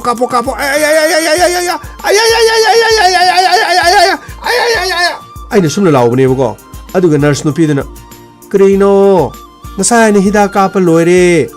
ꯀꯔꯤꯅꯣ ꯂꯥꯎꯔꯤꯗꯨꯕꯣ ꯁꯨꯝꯅ ꯍꯥꯏꯔꯛꯄꯩ ꯋꯥꯅꯤꯗ ꯑꯩꯅ ꯀꯔꯤꯅꯣ ꯍꯤꯗꯥꯛ ꯀꯥꯞꯈ꯭ꯔꯕ ꯍꯥꯏꯁꯤꯕꯣ ꯑꯗꯨꯗꯒꯤ ꯃꯈꯣꯏꯒꯤ ꯅꯔꯁ ꯅꯨꯄꯤꯗꯨꯅꯀꯣ ꯁꯤ ꯌꯥꯝꯅ ꯇꯂꯞ ꯇꯧꯔꯒ ꯃꯥꯒꯤ ꯁꯤꯁꯣ ꯂꯥꯎꯏꯅꯦ ꯃꯥꯅ ꯋꯥ ꯉꯥꯡꯕꯗꯣ ꯌꯥꯝꯅ ꯑꯩꯈꯣꯏꯒꯤ ꯀꯔꯤ ꯍꯥꯏꯅꯤ ꯇ꯭ꯋꯤꯇꯔꯗꯣ ꯌꯥꯝꯅ ꯂꯦꯚꯦꯜꯗꯣ ꯇ꯭ꯔꯤꯕꯜꯗꯣ ꯌꯥꯝꯅ ꯋꯥꯡꯅ ꯍꯥꯏꯌꯦ ꯃꯥꯅ ꯑꯁ ꯀꯔꯤꯅꯣ ꯍꯤꯗꯥꯛ ꯀꯥꯞꯄꯗꯣ ꯉꯁꯥꯏꯅ ꯂꯣꯏꯖꯔꯕꯅꯤ ꯑꯗꯣ ꯑꯗꯣꯝꯅ ꯂꯥꯎꯔꯤꯗꯣ ꯑꯗꯨꯗꯤ ꯍꯤꯗꯥꯛ ꯀꯥꯞꯄ ꯂꯣꯏꯈ꯭ꯔꯕꯅꯤ ꯉꯁꯥꯏꯅ ꯍꯤꯗꯥꯛ ꯀꯥꯞꯄ ꯂꯣꯏꯔꯒ ꯂꯥꯎꯕꯤꯔꯤꯁꯤꯕꯨ ꯀꯔꯤꯒꯤꯅೋ ꯏꯁ ꯀꯔꯤꯅꯣ ꯑꯁꯨꯝꯅꯒ ꯇꯧꯔꯒ ꯁꯤꯁꯣꯒ ꯇꯧꯏꯅꯦ ꯃꯣꯏꯅ ꯑꯩꯅ ꯂꯥꯎꯕꯗꯣ ꯑꯗꯨ ꯂꯥꯎꯗ꯭ꯔꯤꯉꯩꯗ ꯃꯣꯏꯗꯤ ꯍꯤꯗꯥꯛ ꯀꯥꯞꯄꯗꯣ ꯂꯣꯏꯈ꯭ꯔꯦ ꯍꯥꯏꯌꯦ ꯀꯩꯁꯨ ꯇꯧꯗꯕꯅꯤꯗ ꯅꯪꯅ ꯀꯔꯤꯒꯤꯅꯣ ꯀꯤꯔꯤꯗꯨꯕꯣ ꯑꯁ ꯀꯔꯤ ꯀꯤꯗꯕꯅꯣꯗ ꯑꯩꯈꯣꯏꯗꯤ ꯑꯉꯥꯡ ꯑꯣꯏꯔꯤꯉꯩꯗꯀꯣ ꯍꯩꯈꯥ ꯃꯌꯥꯝ ꯆꯥꯕꯒꯤ ꯍꯩꯅꯧ ꯑꯁꯪꯕꯗꯣ ꯈꯨꯜꯂꯒ ꯑꯗꯨꯝ ꯆꯤꯛ ꯆꯥꯕꯒꯤꯀꯣ ꯑꯁ ꯀꯔꯤꯅꯣ ꯑꯩꯈꯣꯏꯁꯦ ꯃꯅꯨꯡ ꯆꯪꯕꯗ ꯐꯦꯗ꯭ꯔ ꯀꯥꯞꯄꯒ ꯂꯩꯕꯅꯦꯕꯀꯣ ꯑꯗꯨꯒꯤ ꯃꯇꯝꯗ ꯃꯤꯁꯤ ꯏꯃꯥꯟꯅꯕꯁꯤ ꯅꯥꯔꯒ ꯑꯗꯨꯝ ꯁꯤꯕꯁꯨ ꯌꯥꯎꯕ ꯀꯔꯤ ꯇꯧꯕꯁꯨ ꯃꯌꯥꯝ ꯌꯥꯎꯔꯦ ꯑꯗꯨꯒꯤ ꯁ꯭ꯀꯨꯜ ꯃꯅꯨꯡꯗꯀꯣ ꯑꯁ ꯍꯤꯗꯥꯛ ꯀꯥꯞꯄ ꯂꯥꯛꯄꯗ ꯂꯦꯇ꯭ꯔꯤꯟ ꯃꯅꯨꯡꯗ ꯂꯣꯠꯄꯗꯁꯨ ꯀꯥꯡꯃꯩꯁꯨ ꯀꯔꯤꯅꯣꯅꯦ ꯑꯁ ꯀꯔꯤꯅꯣ ꯆꯍꯤꯗꯣ ꯑꯉꯥꯡ ꯑꯣꯏꯔꯤꯉꯩ ꯃꯇꯝꯗ ꯆꯍꯤ ꯈꯨꯗꯤꯡꯒꯤ ꯀꯥꯞꯄ ꯂꯥꯛꯄꯅꯤꯅ ꯑꯃꯨꯛꯁꯨ ꯂꯦꯇ꯭ꯔꯤꯟꯗ ꯂꯣꯠꯂꯦ ꯑꯃꯨꯛꯁꯨ ꯏꯁꯥ ꯅꯨꯡꯉꯥꯏꯇꯦ ꯍꯥꯏꯔ ꯁꯨꯇꯤ ꯂꯧꯕ ꯌꯥꯎꯋꯦ ꯑꯃꯨꯛꯁꯨ ꯍꯤꯗꯥꯛ ꯀꯥꯞꯀꯗꯕ ꯃꯥꯜꯂꯦꯅ ꯁ꯭ꯀꯨꯜ ꯆꯠꯇꯕꯁꯨ ꯀꯌా ꯌꯥꯎꯈ꯭ꯔꯕꯅꯤꯅꯦ ꯇꯧꯔꯝꯒꯅꯤ ꯅꯪ ꯁꯣꯏꯗꯅ ꯇꯧꯔꯝꯒꯅꯤ ꯑꯗꯣ ꯐꯔꯦ ꯍꯤꯗꯥꯛꯇꯣ ꯀꯥꯞꯊꯣꯛꯑꯕꯅꯤꯅ ꯍꯧꯖꯤꯛꯇꯤ ꯂꯩꯅꯥꯗꯨꯁꯨ ꯆꯪꯕ ꯉꯝꯃꯔꯣꯏ ꯁꯦꯀꯦꯟ ꯗꯣꯁꯇꯣ ꯃꯗꯨ ꯑꯃꯇꯪꯒ ꯀꯥꯞꯄꯒ ꯑꯗꯨꯝ ꯈꯪꯒꯗꯧꯅꯤ ꯀꯔꯤꯅꯣ ꯁꯦꯀꯦꯟ ꯗꯣꯁꯇꯤ ꯀꯔꯤꯅೋ ꯍꯩꯃꯥ ꯍꯧꯖꯤꯛ ꯀꯥꯞꯄꯤ ꯑꯗꯨꯃꯥꯏꯅ ꯍꯌꯦꯡ ꯑꯃꯨꯛ ꯀꯥꯞꯈꯤꯗꯣꯏꯅꯤꯅꯦ ꯀꯔꯤꯅꯣ ꯑꯃꯨꯛꯁꯨ ꯀꯥꯞꯈꯤꯅꯤ ꯍꯥꯏꯕ ꯁꯥꯔ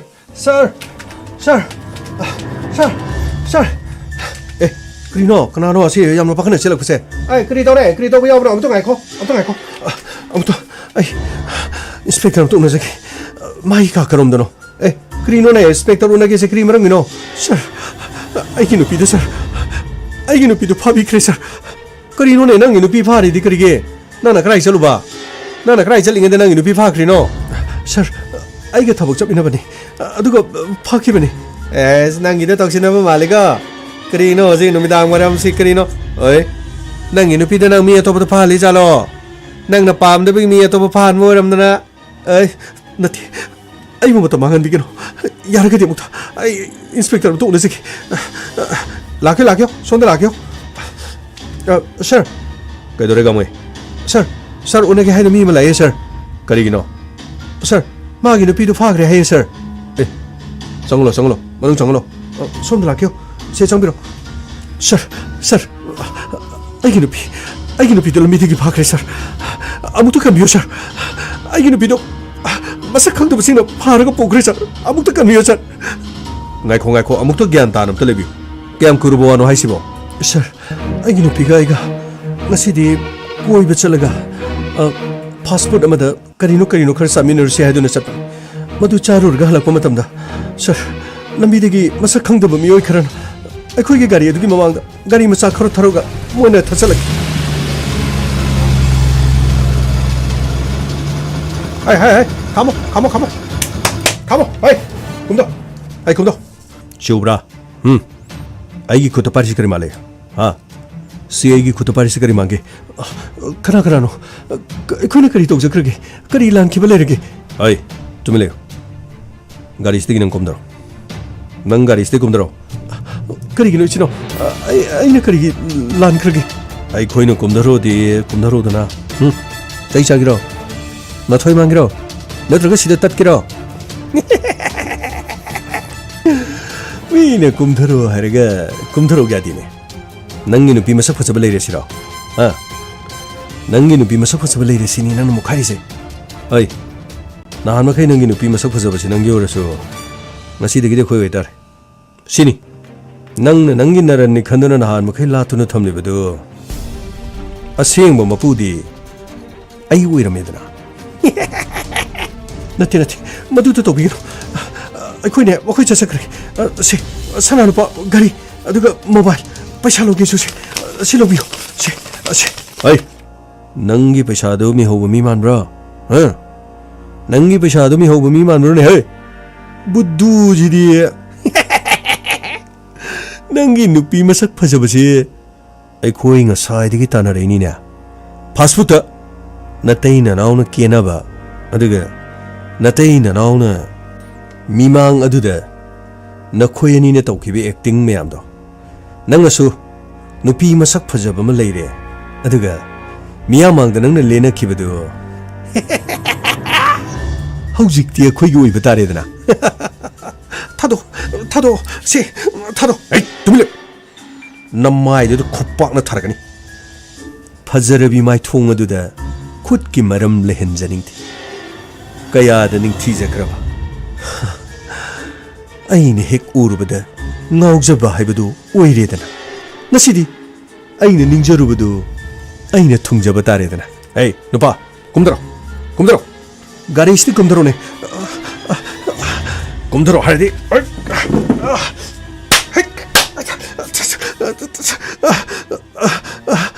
마부 부기노 마 아이기 누피네 부기노 머시 염네 럼헬리네 머시 예 깜짝왜 아이 너 거기 가리 있어서 통네 니라 어디 가로네 톡 에이 아두가 너 거기 가리 마사니도 받으러 볼로 아두가네 미음도 오는 거노 미 오는 거노 거 거기 파니도 럭서실로 사나이 붕어 낭기 파자르바 딸로이시 오이제르게코 부제르게코 줄리 타모 아이고 엄청 간비요 타모 아이고 엄청 간비요 줄리 어썸살 lamida de geibu interam laga makoina juli bu puduna chakre karom side saki sir makoi awang pa na dum chaki aduga gari masa sing adugi number di sir ai pakhar pui gari bo gari masa sing dugi number di kari mta khangjau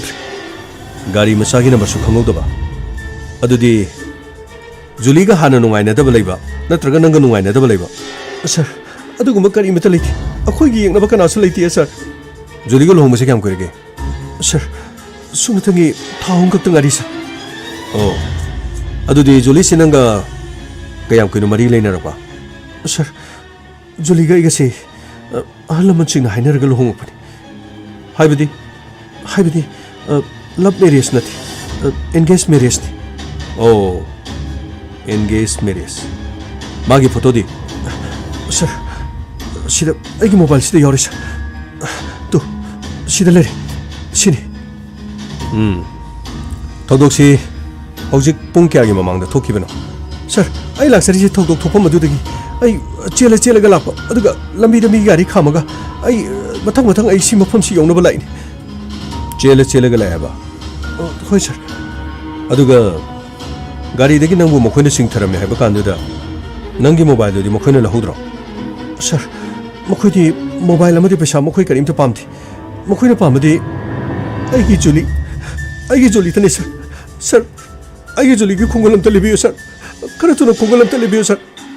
karim to waru raje sir station na ko singda awang lom thangba site leba police kamu da athu matam da pawpi aduga nang gari du kari gari ne ba sir swift ni sir kari machuno sir higok ni sir swift higok ma गाड़ी number दी sir MN04 6284 Rajen अतई police station Singh दा लंबी अदों फाउरगा लाप गाड़ी Singh check तौना खर पाउ पीगो funny sir I थुना पाउ पीजरगे सोंगी मिंगदु करी सर विवेक है सर ओके विवेक अदोंगी मोबाइल नंबर दोम पीबीरम सर से सिदम तेबी सर सिदा लेजरे सर अदुगा नंगी नुपी जुली की नंबर गमती होय सर सिदा लेजरे सर अखोई नंगी नंबर सिदा सोदना पाउ पीरगे अखोई अतोप स्टेशन दसु हौजी पाउ पीखरे लंबी लोई थसलमगन अदुगा करम करम मफम द चलम याबगे हैबदो अखोई थिरगे नंगी नुपी सिगी मा की फोन लोकेशन मतुमिना मा कदाई दे लेबगे हैबदो कोई खंगन होनगे हौजी की दिन चप्पे यारन सर यारगदी सोदना फंगदब खर थिबियो सर आइगी जोलीदो करी थोलंगदबनो हाइबो खंगद्रे सर यारगदी माइ पुंचिबु सोदना कनबियो सर यानी यानी अखोई हौजी मक चलगदबन पाउ हेक फंबगा नंगोदा सोदना कोई हैरके अदुगा ngasi numitang haukragasu haying ayukti adom soidena mafam salapu fani sir ai sacharage adudi sir Julie nang bu kadai da leramani Julie oh ngai te da ma gi nupi du mi ne pha kre hai ba as ai gi nupi jon rai so ai ge thabok saminaraga mi ne pha kre di as ngai roi ko to ri se ya da ngai tri non ngamai sir गाड़ी खर थुन थोतरो भीमो संतोष राहुल मखोई कौतरो फंगनी sir अदुगा Rajen sir अतई दो पाउ पीखरब्रा सर अतई आउटपोस्ट सिंह अदुगा पुलिस स्टेशन सिंह दा लोइने ब्रेकेट थतुना लोइ चेक तो बहु करे सर फरे कोगेन गा फारूक का कोक्सलो अदुगा मखोई टीम ममना अखोगी तुंगी लगा अतोप साइड अमदा चन्न नमगी लंबी द लोहाना तपियो फनी सर कमाई गाड़ी स्टार्ट करो सर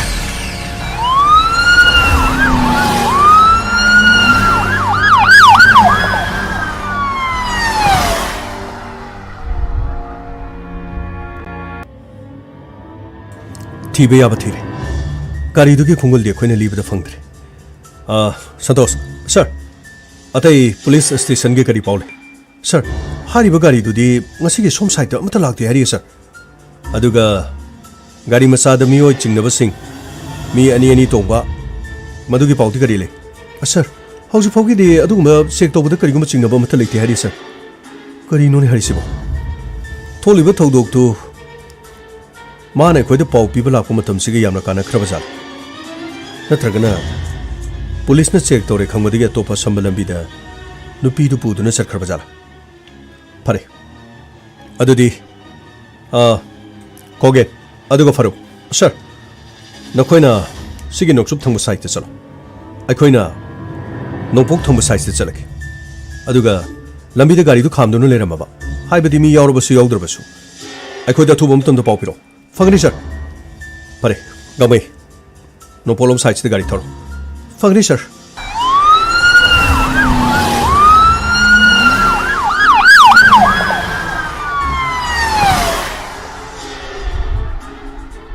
असुमना इंस्पेक्टर तयना महांगना चलिबा माइकई अदुदा लंबी द स्वीप अदु खामरा हाइदुनी येंकी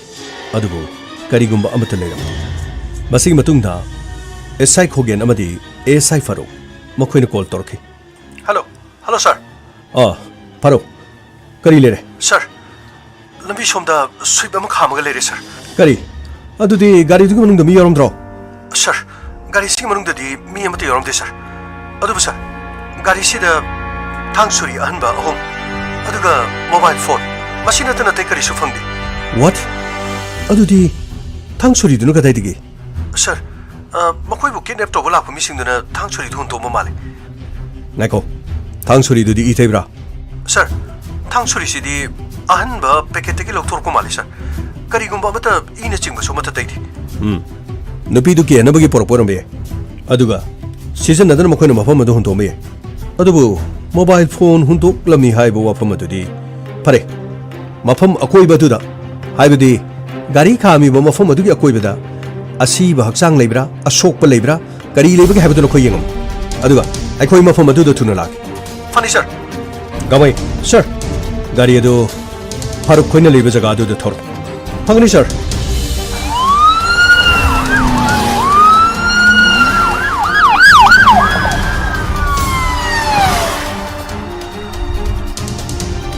ꯁꯔ ꯁꯣꯝꯗ ꯂꯩꯔꯦ ꯁꯔ ꯁꯣꯝꯗ ꯆꯪꯁꯟꯕꯤꯔꯣ ꯁꯔ ꯃꯐꯝꯁꯦ ꯑꯀꯣꯏꯕ ꯌꯦꯡꯉꯕ꯭ꯔꯥ ꯁꯔ ꯃꯐꯝꯁꯤꯒꯤ ꯑꯀꯣꯏꯕꯗ ꯂꯣꯏꯅ ꯌꯦꯡꯉꯤ ꯃꯤꯑꯣꯏ ꯑꯃꯠꯇ ꯃꯐꯝ ꯑꯁꯤꯗ ꯊꯦꯡꯅꯗꯦ ꯒꯥꯔꯤ ꯑꯁꯤꯗꯤ ꯆꯨꯝꯃꯦ ꯒꯥꯔꯤ ꯑꯁꯤꯒꯤ ꯃꯅꯨꯡꯗ ꯌꯥꯎꯔꯤꯕ ꯊꯥꯡ ꯁꯨꯔꯤ 3 ꯁꯟꯇꯣꯁ ꯊꯥꯡ ꯁꯨꯔꯤꯁꯤ ꯐꯖꯅ ꯂꯧꯁꯤꯜꯂꯨ ꯐꯅꯤ ꯁꯔ ꯃꯣꯕꯥꯏꯜ ꯐꯣꯟꯁꯤ ꯃꯈꯣꯏꯅ ꯄꯨꯗ꯭ꯔꯤꯅ ꯀꯔꯤ ꯑꯗꯨꯒ ꯒꯥꯔꯤ ꯑꯁꯤꯒꯤ ꯃꯅꯨꯡꯗ ꯅꯨꯄꯤ ꯑꯁꯤꯒꯤ ꯕꯦꯒ ꯑꯣꯀꯦ ꯁꯟꯇꯣꯁ ꯕꯦꯒꯇꯣ ꯍꯥꯡꯒꯦ ꯐꯅꯤ ꯁꯔ ꯕꯦꯒꯁꯤꯒꯤ ꯃꯅꯨꯡꯗ ꯁꯔ ꯁꯥꯕ ꯂꯣꯏꯔꯕ ꯁꯤꯟꯅꯗ꯭ꯔꯤꯕ ꯃꯥꯜꯂꯤ ꯂꯤꯛ ꯑꯃꯁꯨ ꯌꯥꯎꯏ ꯁꯔ ꯋꯥꯠ ꯑꯗꯨꯗꯤ ꯂꯨꯠ ꯄꯥꯠꯀꯗꯤ ꯃꯔꯤ ꯂꯩꯅꯗ꯭ꯔꯕ ꯅꯨꯄꯤ ꯑꯁꯤꯒꯤ ꯐꯣꯟ ꯊꯝꯃꯝꯕ ꯑꯗꯨꯒ ꯁꯅꯥꯁꯨ ꯕꯦꯒ ꯑꯁꯤꯗ ꯌꯥꯎꯔꯝꯕ ꯁꯣꯏꯗꯅꯃꯛꯀꯤ ꯑꯀꯣꯏꯕ ꯁ꯭ꯋꯥꯏꯗ ꯂꯩꯔꯝꯒꯅꯤ ꯑꯉꯥꯡꯁꯤꯡ ꯅꯈꯣꯏ ꯈꯔ ꯈꯥꯏꯗꯣꯛꯃꯤ ꯑꯗꯨꯒ ꯅꯈꯣꯏ ꯁꯥꯏꯠꯇꯣ ꯑꯁꯤꯒꯤ ꯑꯁꯣꯡꯕ ꯖꯒꯥꯁꯤ ꯈꯔ ꯆꯠꯂꯨ ꯑꯗꯨꯒ ꯁꯟꯇꯣꯁ ꯁꯣꯝꯗ ꯂꯥꯛꯑꯣ ꯐꯅꯤ ꯁꯔ ꯑꯁ ꯀꯔꯤꯅꯣ ꯇꯧꯕꯁꯤꯕꯣ ꯅꯍꯥꯟꯃꯨꯛꯁꯨ ꯃꯤ ꯑꯁꯤꯕ ꯊꯤꯕꯗ ꯀꯔꯤꯅꯣ ꯃꯈꯨꯠꯇꯣ ꯃꯀꯛ ꯀꯛꯑꯒ ꯑꯃꯨꯛ ꯂꯩꯔꯝꯃꯤꯀꯣ ꯑꯃꯨꯛ ꯉꯁꯤ ꯑꯃꯨꯛ ꯊꯤꯕꯁꯤꯗ ꯑꯃꯨꯛ ꯃꯀꯛ ꯀꯛꯇꯅ ꯑꯃꯨꯛ ꯂꯩꯔꯝꯗꯅ ꯑꯃꯨꯛ ꯆꯨꯝꯅ ꯏꯆꯝ ꯆꯝꯅ ꯁꯤꯔꯒ ꯂꯩꯔꯝꯕ ꯑꯣꯏꯔꯗꯤ ꯐꯩ ꯅꯨꯃꯤꯗꯥꯡ ꯀꯣꯏꯁꯤꯜꯂꯛꯄꯁꯤꯗ ꯃꯤ ꯃꯈꯨꯠ ꯃꯀꯛ ꯑꯃꯨꯛ ꯊꯦꯡꯅꯗꯅꯀꯣ ꯁꯌꯦꯡꯁꯤꯁꯨ ꯍꯤꯗꯥꯛ ꯀꯥꯞꯄꯨꯕꯒꯤ ꯀꯔꯤꯅꯣ ꯑꯣꯏ ꯊꯪꯕꯁꯤꯕꯨ ꯂꯣꯝ ꯂꯥꯎꯏꯗ ꯁꯦꯡꯂꯤꯕ ꯇꯧꯔꯤꯁꯤꯒ ꯇꯧꯔꯤ ꯊꯕꯛꯁꯤꯒ ꯆꯥꯟꯅꯈꯤꯗ꯭ꯔꯦꯗꯀꯣ ꯂꯩꯇꯦꯅꯦ ꯁꯤꯗꯁꯨ ꯂꯩꯇꯦ ꯁꯟꯇꯣꯁ ꯅꯈꯣꯏꯒꯤ ꯖꯒꯥꯗꯨꯗ ꯂꯩꯕ꯭ꯔꯣ ꯂꯩꯇꯦꯗ ꯁꯣꯝꯗ ꯀꯔꯤꯃꯨꯛ ꯂꯩꯇꯦ ꯉꯥꯏꯈꯣ ꯑꯁꯤꯒꯤ ꯃꯐꯝꯁꯤꯗꯀꯣ ꯃꯣꯡꯁꯣꯡ ꯑꯃ ꯂꯩꯔꯦ ꯑꯁꯤꯒꯤ ꯃꯐꯝꯗ ꯆꯪꯁꯤꯜꯂꯛꯑꯣ ꯌꯦꯡꯁꯤꯜꯂꯛꯑꯣ ꯑꯁꯤꯗ ꯂꯩꯔꯝꯗ꯭ꯔꯗꯤ ꯐꯅꯤꯗ ꯁꯔ sida ꯂꯩꯔꯦ ꯁꯔ sida ꯂꯩꯔꯦ ꯀꯔꯤꯅꯣ ꯁꯤꯗꯤ ꯀꯩꯗꯧꯔꯦ ꯒꯥꯡꯃꯩ ꯀꯩꯗꯧꯔꯦ ꯁꯔ sida ꯂꯩꯔꯦ ꯅꯨꯄꯤꯗꯣ ꯑꯩ ꯌꯦꯡꯕ ꯉꯝꯗ꯭ꯔꯦ ꯁꯔ ꯀꯩꯅꯣ ꯀꯩꯗꯧꯔꯦ ꯁꯔ ꯃꯥꯒꯤ ꯃꯁꯥꯁꯤꯗꯤ ꯁꯔ ꯊꯥꯡꯅ ꯃꯆꯦꯠ ꯀꯔꯤꯅꯣ ꯌꯥꯝꯅ ꯊꯤꯟꯕ ꯃꯥꯜꯂꯦ ꯁꯔ 이가 로이나 토이네 서 시디 나이콩 사도스 앰뷸런스 고 파니샤 마사 시디 탕나 마싱락 엄드나 틸레나 아두가 가리두기 마능도 여리베 탕어드나 가리메터 시즌에다봐 마팜 사이드 탕갈레 브레용 가리기다목터 먹고이나 가리 마능도데 이 데이다바 탕 탐나가 마팜 마시드나 탕고면나 틸리시나 톡나 티네 속 그래다 시네 딱바디 야나 티네 누가있다가 라만 콤바 아두가 마기 비범시드 섹슈얼 에솔 똑기브라 하이버드디 강봉가 마로이니 사도스 서 아코이베드 탕팡이브로 서 탕고부디 그리무터 따디 탕도 모코이나 시즌어블 로이라가 보키바마 누피에시 할 엄니베시나디 누피시나 모코이부 마사캉바 나트라가나 누피에시와 땀나나 핫바 마하쿠 랩 사타키브라 पोस्टमार्टम रिपोर्ट नत्रदि करीमता खंगोंग मरो एम्बुलेंस पाउ पिख्रबरा सर लंबी दे लेरे सोइदन योरानी सर अकोइबे साइदन अकोइ कना कना तेयो थांग अदुगा केस असिदा चेनर बया बापो चै करी करी तागे दो नकोइ मेया याम कुम मुनो यो सर ते किनो म सर कइदोरुगी गांगमै नंगना इपा पाखलिसिबो अस कदाइदगी सर ना हम खुद मका उबदो अदुगा चप मानना सर सिगी नुपी जिगिसि सर माय गोल्ड फिंगर सी याउदे सर हा करी होइने गोल्ड फिंगर याउदिने करिगिनो अदुदी नुपी सिगी गोल्ड फिंगर दा खुदोप सिबा नत्रगा एंगेजमेंट रिंग अकोगी सिदेदि चनदेना करिगी तमथिना अस सर साइदा म खुद मकक तो थिरो हाबिदि सर इंगोना हाबिरानु को सर आइदि खुद मकक उबसि यादरेदा सर करिनो म तावरेदा सर नाइखो गांगमै सदोस राहुल सर साइदा मागी खुद कखरीसे गोल्ड फिंगर खुसा से ताबरे ब्रेउ सदोस राहुल नई करीन करो खरा येंगो हाइदोक्तरको नाइखो नंग यावरोनो यानि अखोइ तोगे यानेबा अस ꯑꯩ ꯑꯁꯥꯏꯗ ꯂꯩꯒꯦꯗ ꯅꯣꯏ ꯈꯨꯠ ꯃꯀꯛꯇꯨ ꯂꯩꯔꯦꯅ ꯄꯨꯊꯣꯔꯛꯑꯁꯨ ꯑꯩꯗꯤ ꯀꯤꯔꯅꯦꯕ ꯀꯔꯤꯅꯣ ꯃꯣꯏ ꯍꯥꯠꯐꯝ ꯊꯣꯛꯄ ꯆꯨꯝꯅ ꯍꯥꯠꯂꯁꯨ ꯀꯩꯒꯤꯅꯣ ꯃꯤ ꯃꯈꯨꯠꯇꯨ ꯑꯃꯨꯛ ꯀꯛꯏꯗꯨꯕꯣ ꯈꯨꯠꯇꯨ ꯀꯛꯇꯗꯤ ꯃꯤꯗꯨ ꯁꯤꯗꯕ ꯖꯥꯠꯂꯕ ꯑꯁ ꯀꯔꯤꯅꯣ ꯈꯪꯗꯦꯗ ꯍꯧꯖꯤꯛꯀꯥꯟꯒꯤ ꯃꯤ ꯈꯨꯍꯥꯠꯁꯤꯡꯁꯤꯁꯨꯕ ꯃꯑꯣꯡ ꯃꯑꯣꯡꯒꯤ ꯖꯥꯠ ꯖꯥꯠ ꯌꯥꯝ ꯇꯧꯔꯦꯗ ꯑꯁ ꯑꯁꯨꯝꯅ ꯃꯐꯝ ꯑꯗꯨꯗꯒꯤ ꯑꯁꯤꯕ ꯍꯛꯆꯥꯡ ꯑꯗꯨ ꯄꯣꯛꯈꯤꯔꯝꯃꯤ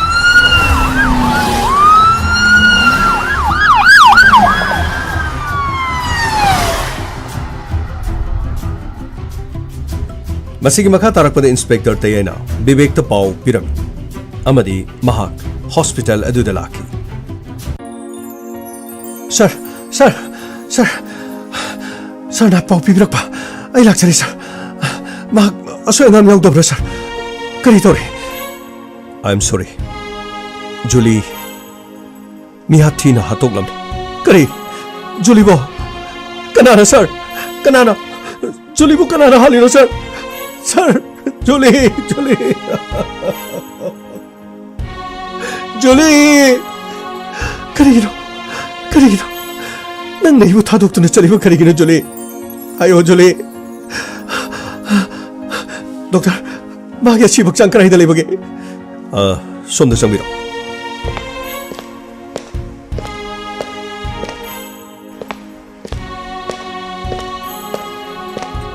Sida lere. Julie, Julie, hoglo, Julie, hoglo se, hoglo. Nangga iga koi baca sena chalu bana tro Julie. Ha, ayo, nang na hai bedagi koi baca chalu bana tro. Karigi, taibang panas sida I thanda karigi hundok piram le Julie,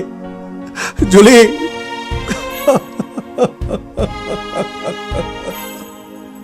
Inspector. Makoy kara na ibu tigat piyo sir. Makoy bu tigat piyo. Makoy na igi Julie bu punsi mangan bagi daba. Makoy bu batik chaba cherak piyo sir. Julie, Julie.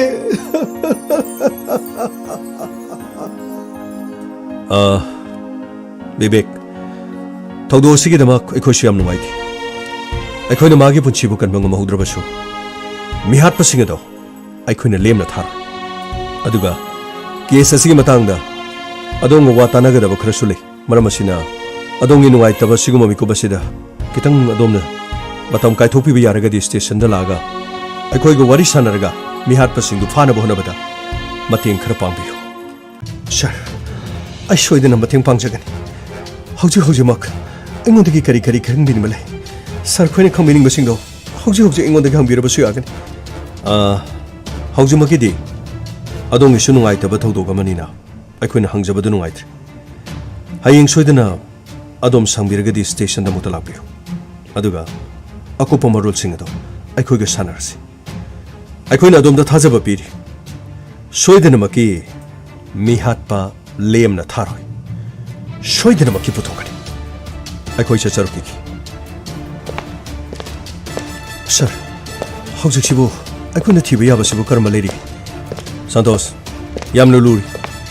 hayeng mahak laglaga aikoina wari sanagadaba kharasu lei aduga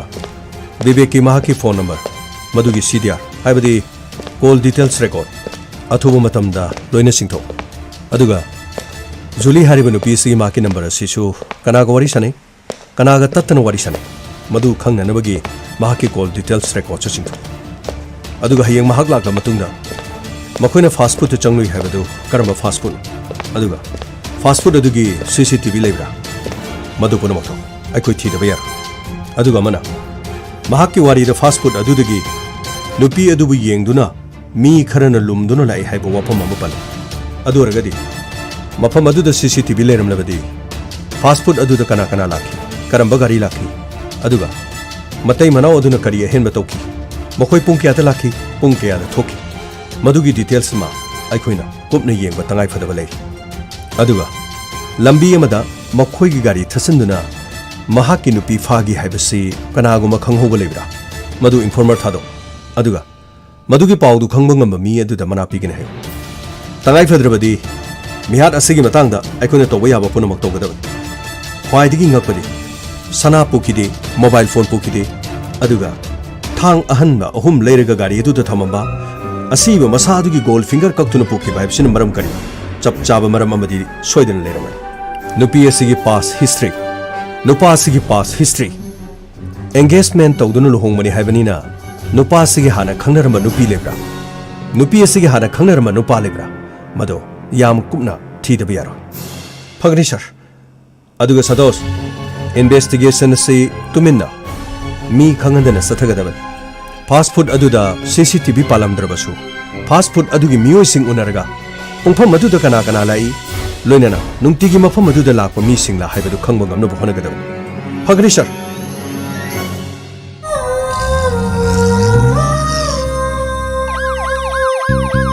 लाकले लाकले inspector तैयार तैयार तैयार लाकले लाकले लाकले लाकले inspector तैयार तैयार तैयार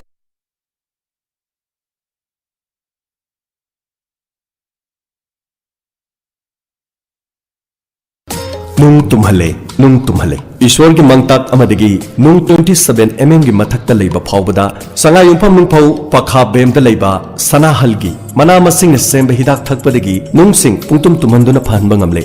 मसिंगा kidney इसिंग कोमदा लेबा नुंगसिंग तुमहंदुना माई पाकना लायिंगबा ngamle नुंग लेबा सिंगना अमुक्तंग सांगिंग तौथोकपियो अकोपा मरोल की दमा कॉल तौबिरो 9366752158 अमुका हना 9366752158 लायेंग जरिबा सनाहल संगायुंफम नुंगफो पखाम मेम सनाहन की नुंगी हिदाक थलुबदगी फक्रब मियो सिंगदी बोरनी मोंदो धनी कैसिंग पोरोक तोंबा लोया थौबाली सांगते नसीम भानु इरों थबा देवी खांगबोक मखा लेखाय ममताज लिलोंग नुंगई अजमल लिलोंग बजा नातुम साफम इरमदम गिदमक फाइनांस थौबाल पाखंग खोंगलेरक थौबाल मणिपुर अवा अना स्कीम असिगी मरोइबा वारोन खरदंग खंगहंजरी मदुदे स्कीम असि मी लिसिंग मंगा खक्तमक लौजगनी अदोमना लिसिंग निपान खक्तमक थांगबिखिबदुना अमुक हन्ना थांगलरोय स्कीम असिदा अदोमना वादनबा था अनि थोकना थांगहंजगनी था अमदा लिसिंग मरी मरी असुमना ओहंजरगा स्कीम असि लिसिंग यांखैदै फंगहंजगनी चही खुदिंगी पैसा मसिंग हेंगतना पिथोकसगनी स्कीम असिना था अमदा मियोय तरा चही अमदा हाइबदी था 12 फाउबा पिजगनी मदुगी मतुंग चही खुदिंगी मी मसिंग हेंगतना पिथोकसगनी अथुबा मतमदा स्कीम असि लोइशन्ना बहनजगनी स्कीम असि अवा अना तारबा मियोय सिंगना हेना मथंग मनाव नायना फंगहंजगनी पिथोकसगनी स्कीम असिदा यावरिबा मिपुंग खुदिंगमक्ता इरमदम गिदमक फाइनांसना अवा अना तारकपा मतमदा एम्बुलेंस की खुदोंसादबसु फंगहंजगनी स्कीम असि लाक्लिबा अक्टोबर गी तांग 13 दगी फॉर्म थाबा हौजरगनी स्कीम असिदा करिगुंबा मी पुथोकनिंगबा लेरसु एजेंट की खुदोंसाबा पिजरी एजेंट कमीशन मेंबर 10 पुथोकपिबदा लिसिंग अमा पिजगनी मेंबर 10 पुथोकपिबदा लिसिंग अनि पिजगनी मेंबर 15 पुथोकपिबदा लिसिंग अहुंगा चमंगा पिजगनी मेंबर 50 पुथोकपिबदा लिसिंग 3 पिजगनी मेंबर 3 पुथोकपिबदा लिसिंग 13 पिजगनी अकुपा मरोल गिदमा 7005821018 अमुक्तंग हन्ना 7005821018 नत्रगना 7005256003 अमुक्तंग हन्ना 7005256003 इरमदम गिदमक फाइनांस थौबाल पाखंग खोंगलेरक थौबाल मणिपुर लाइंग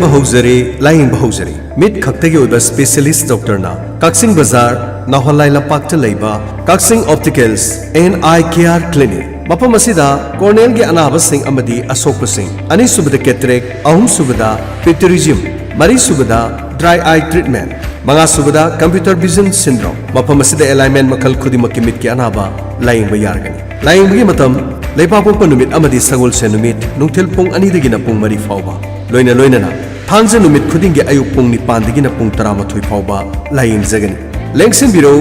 बिरो काक्सिंग ऑप्टिकल्स एंड आई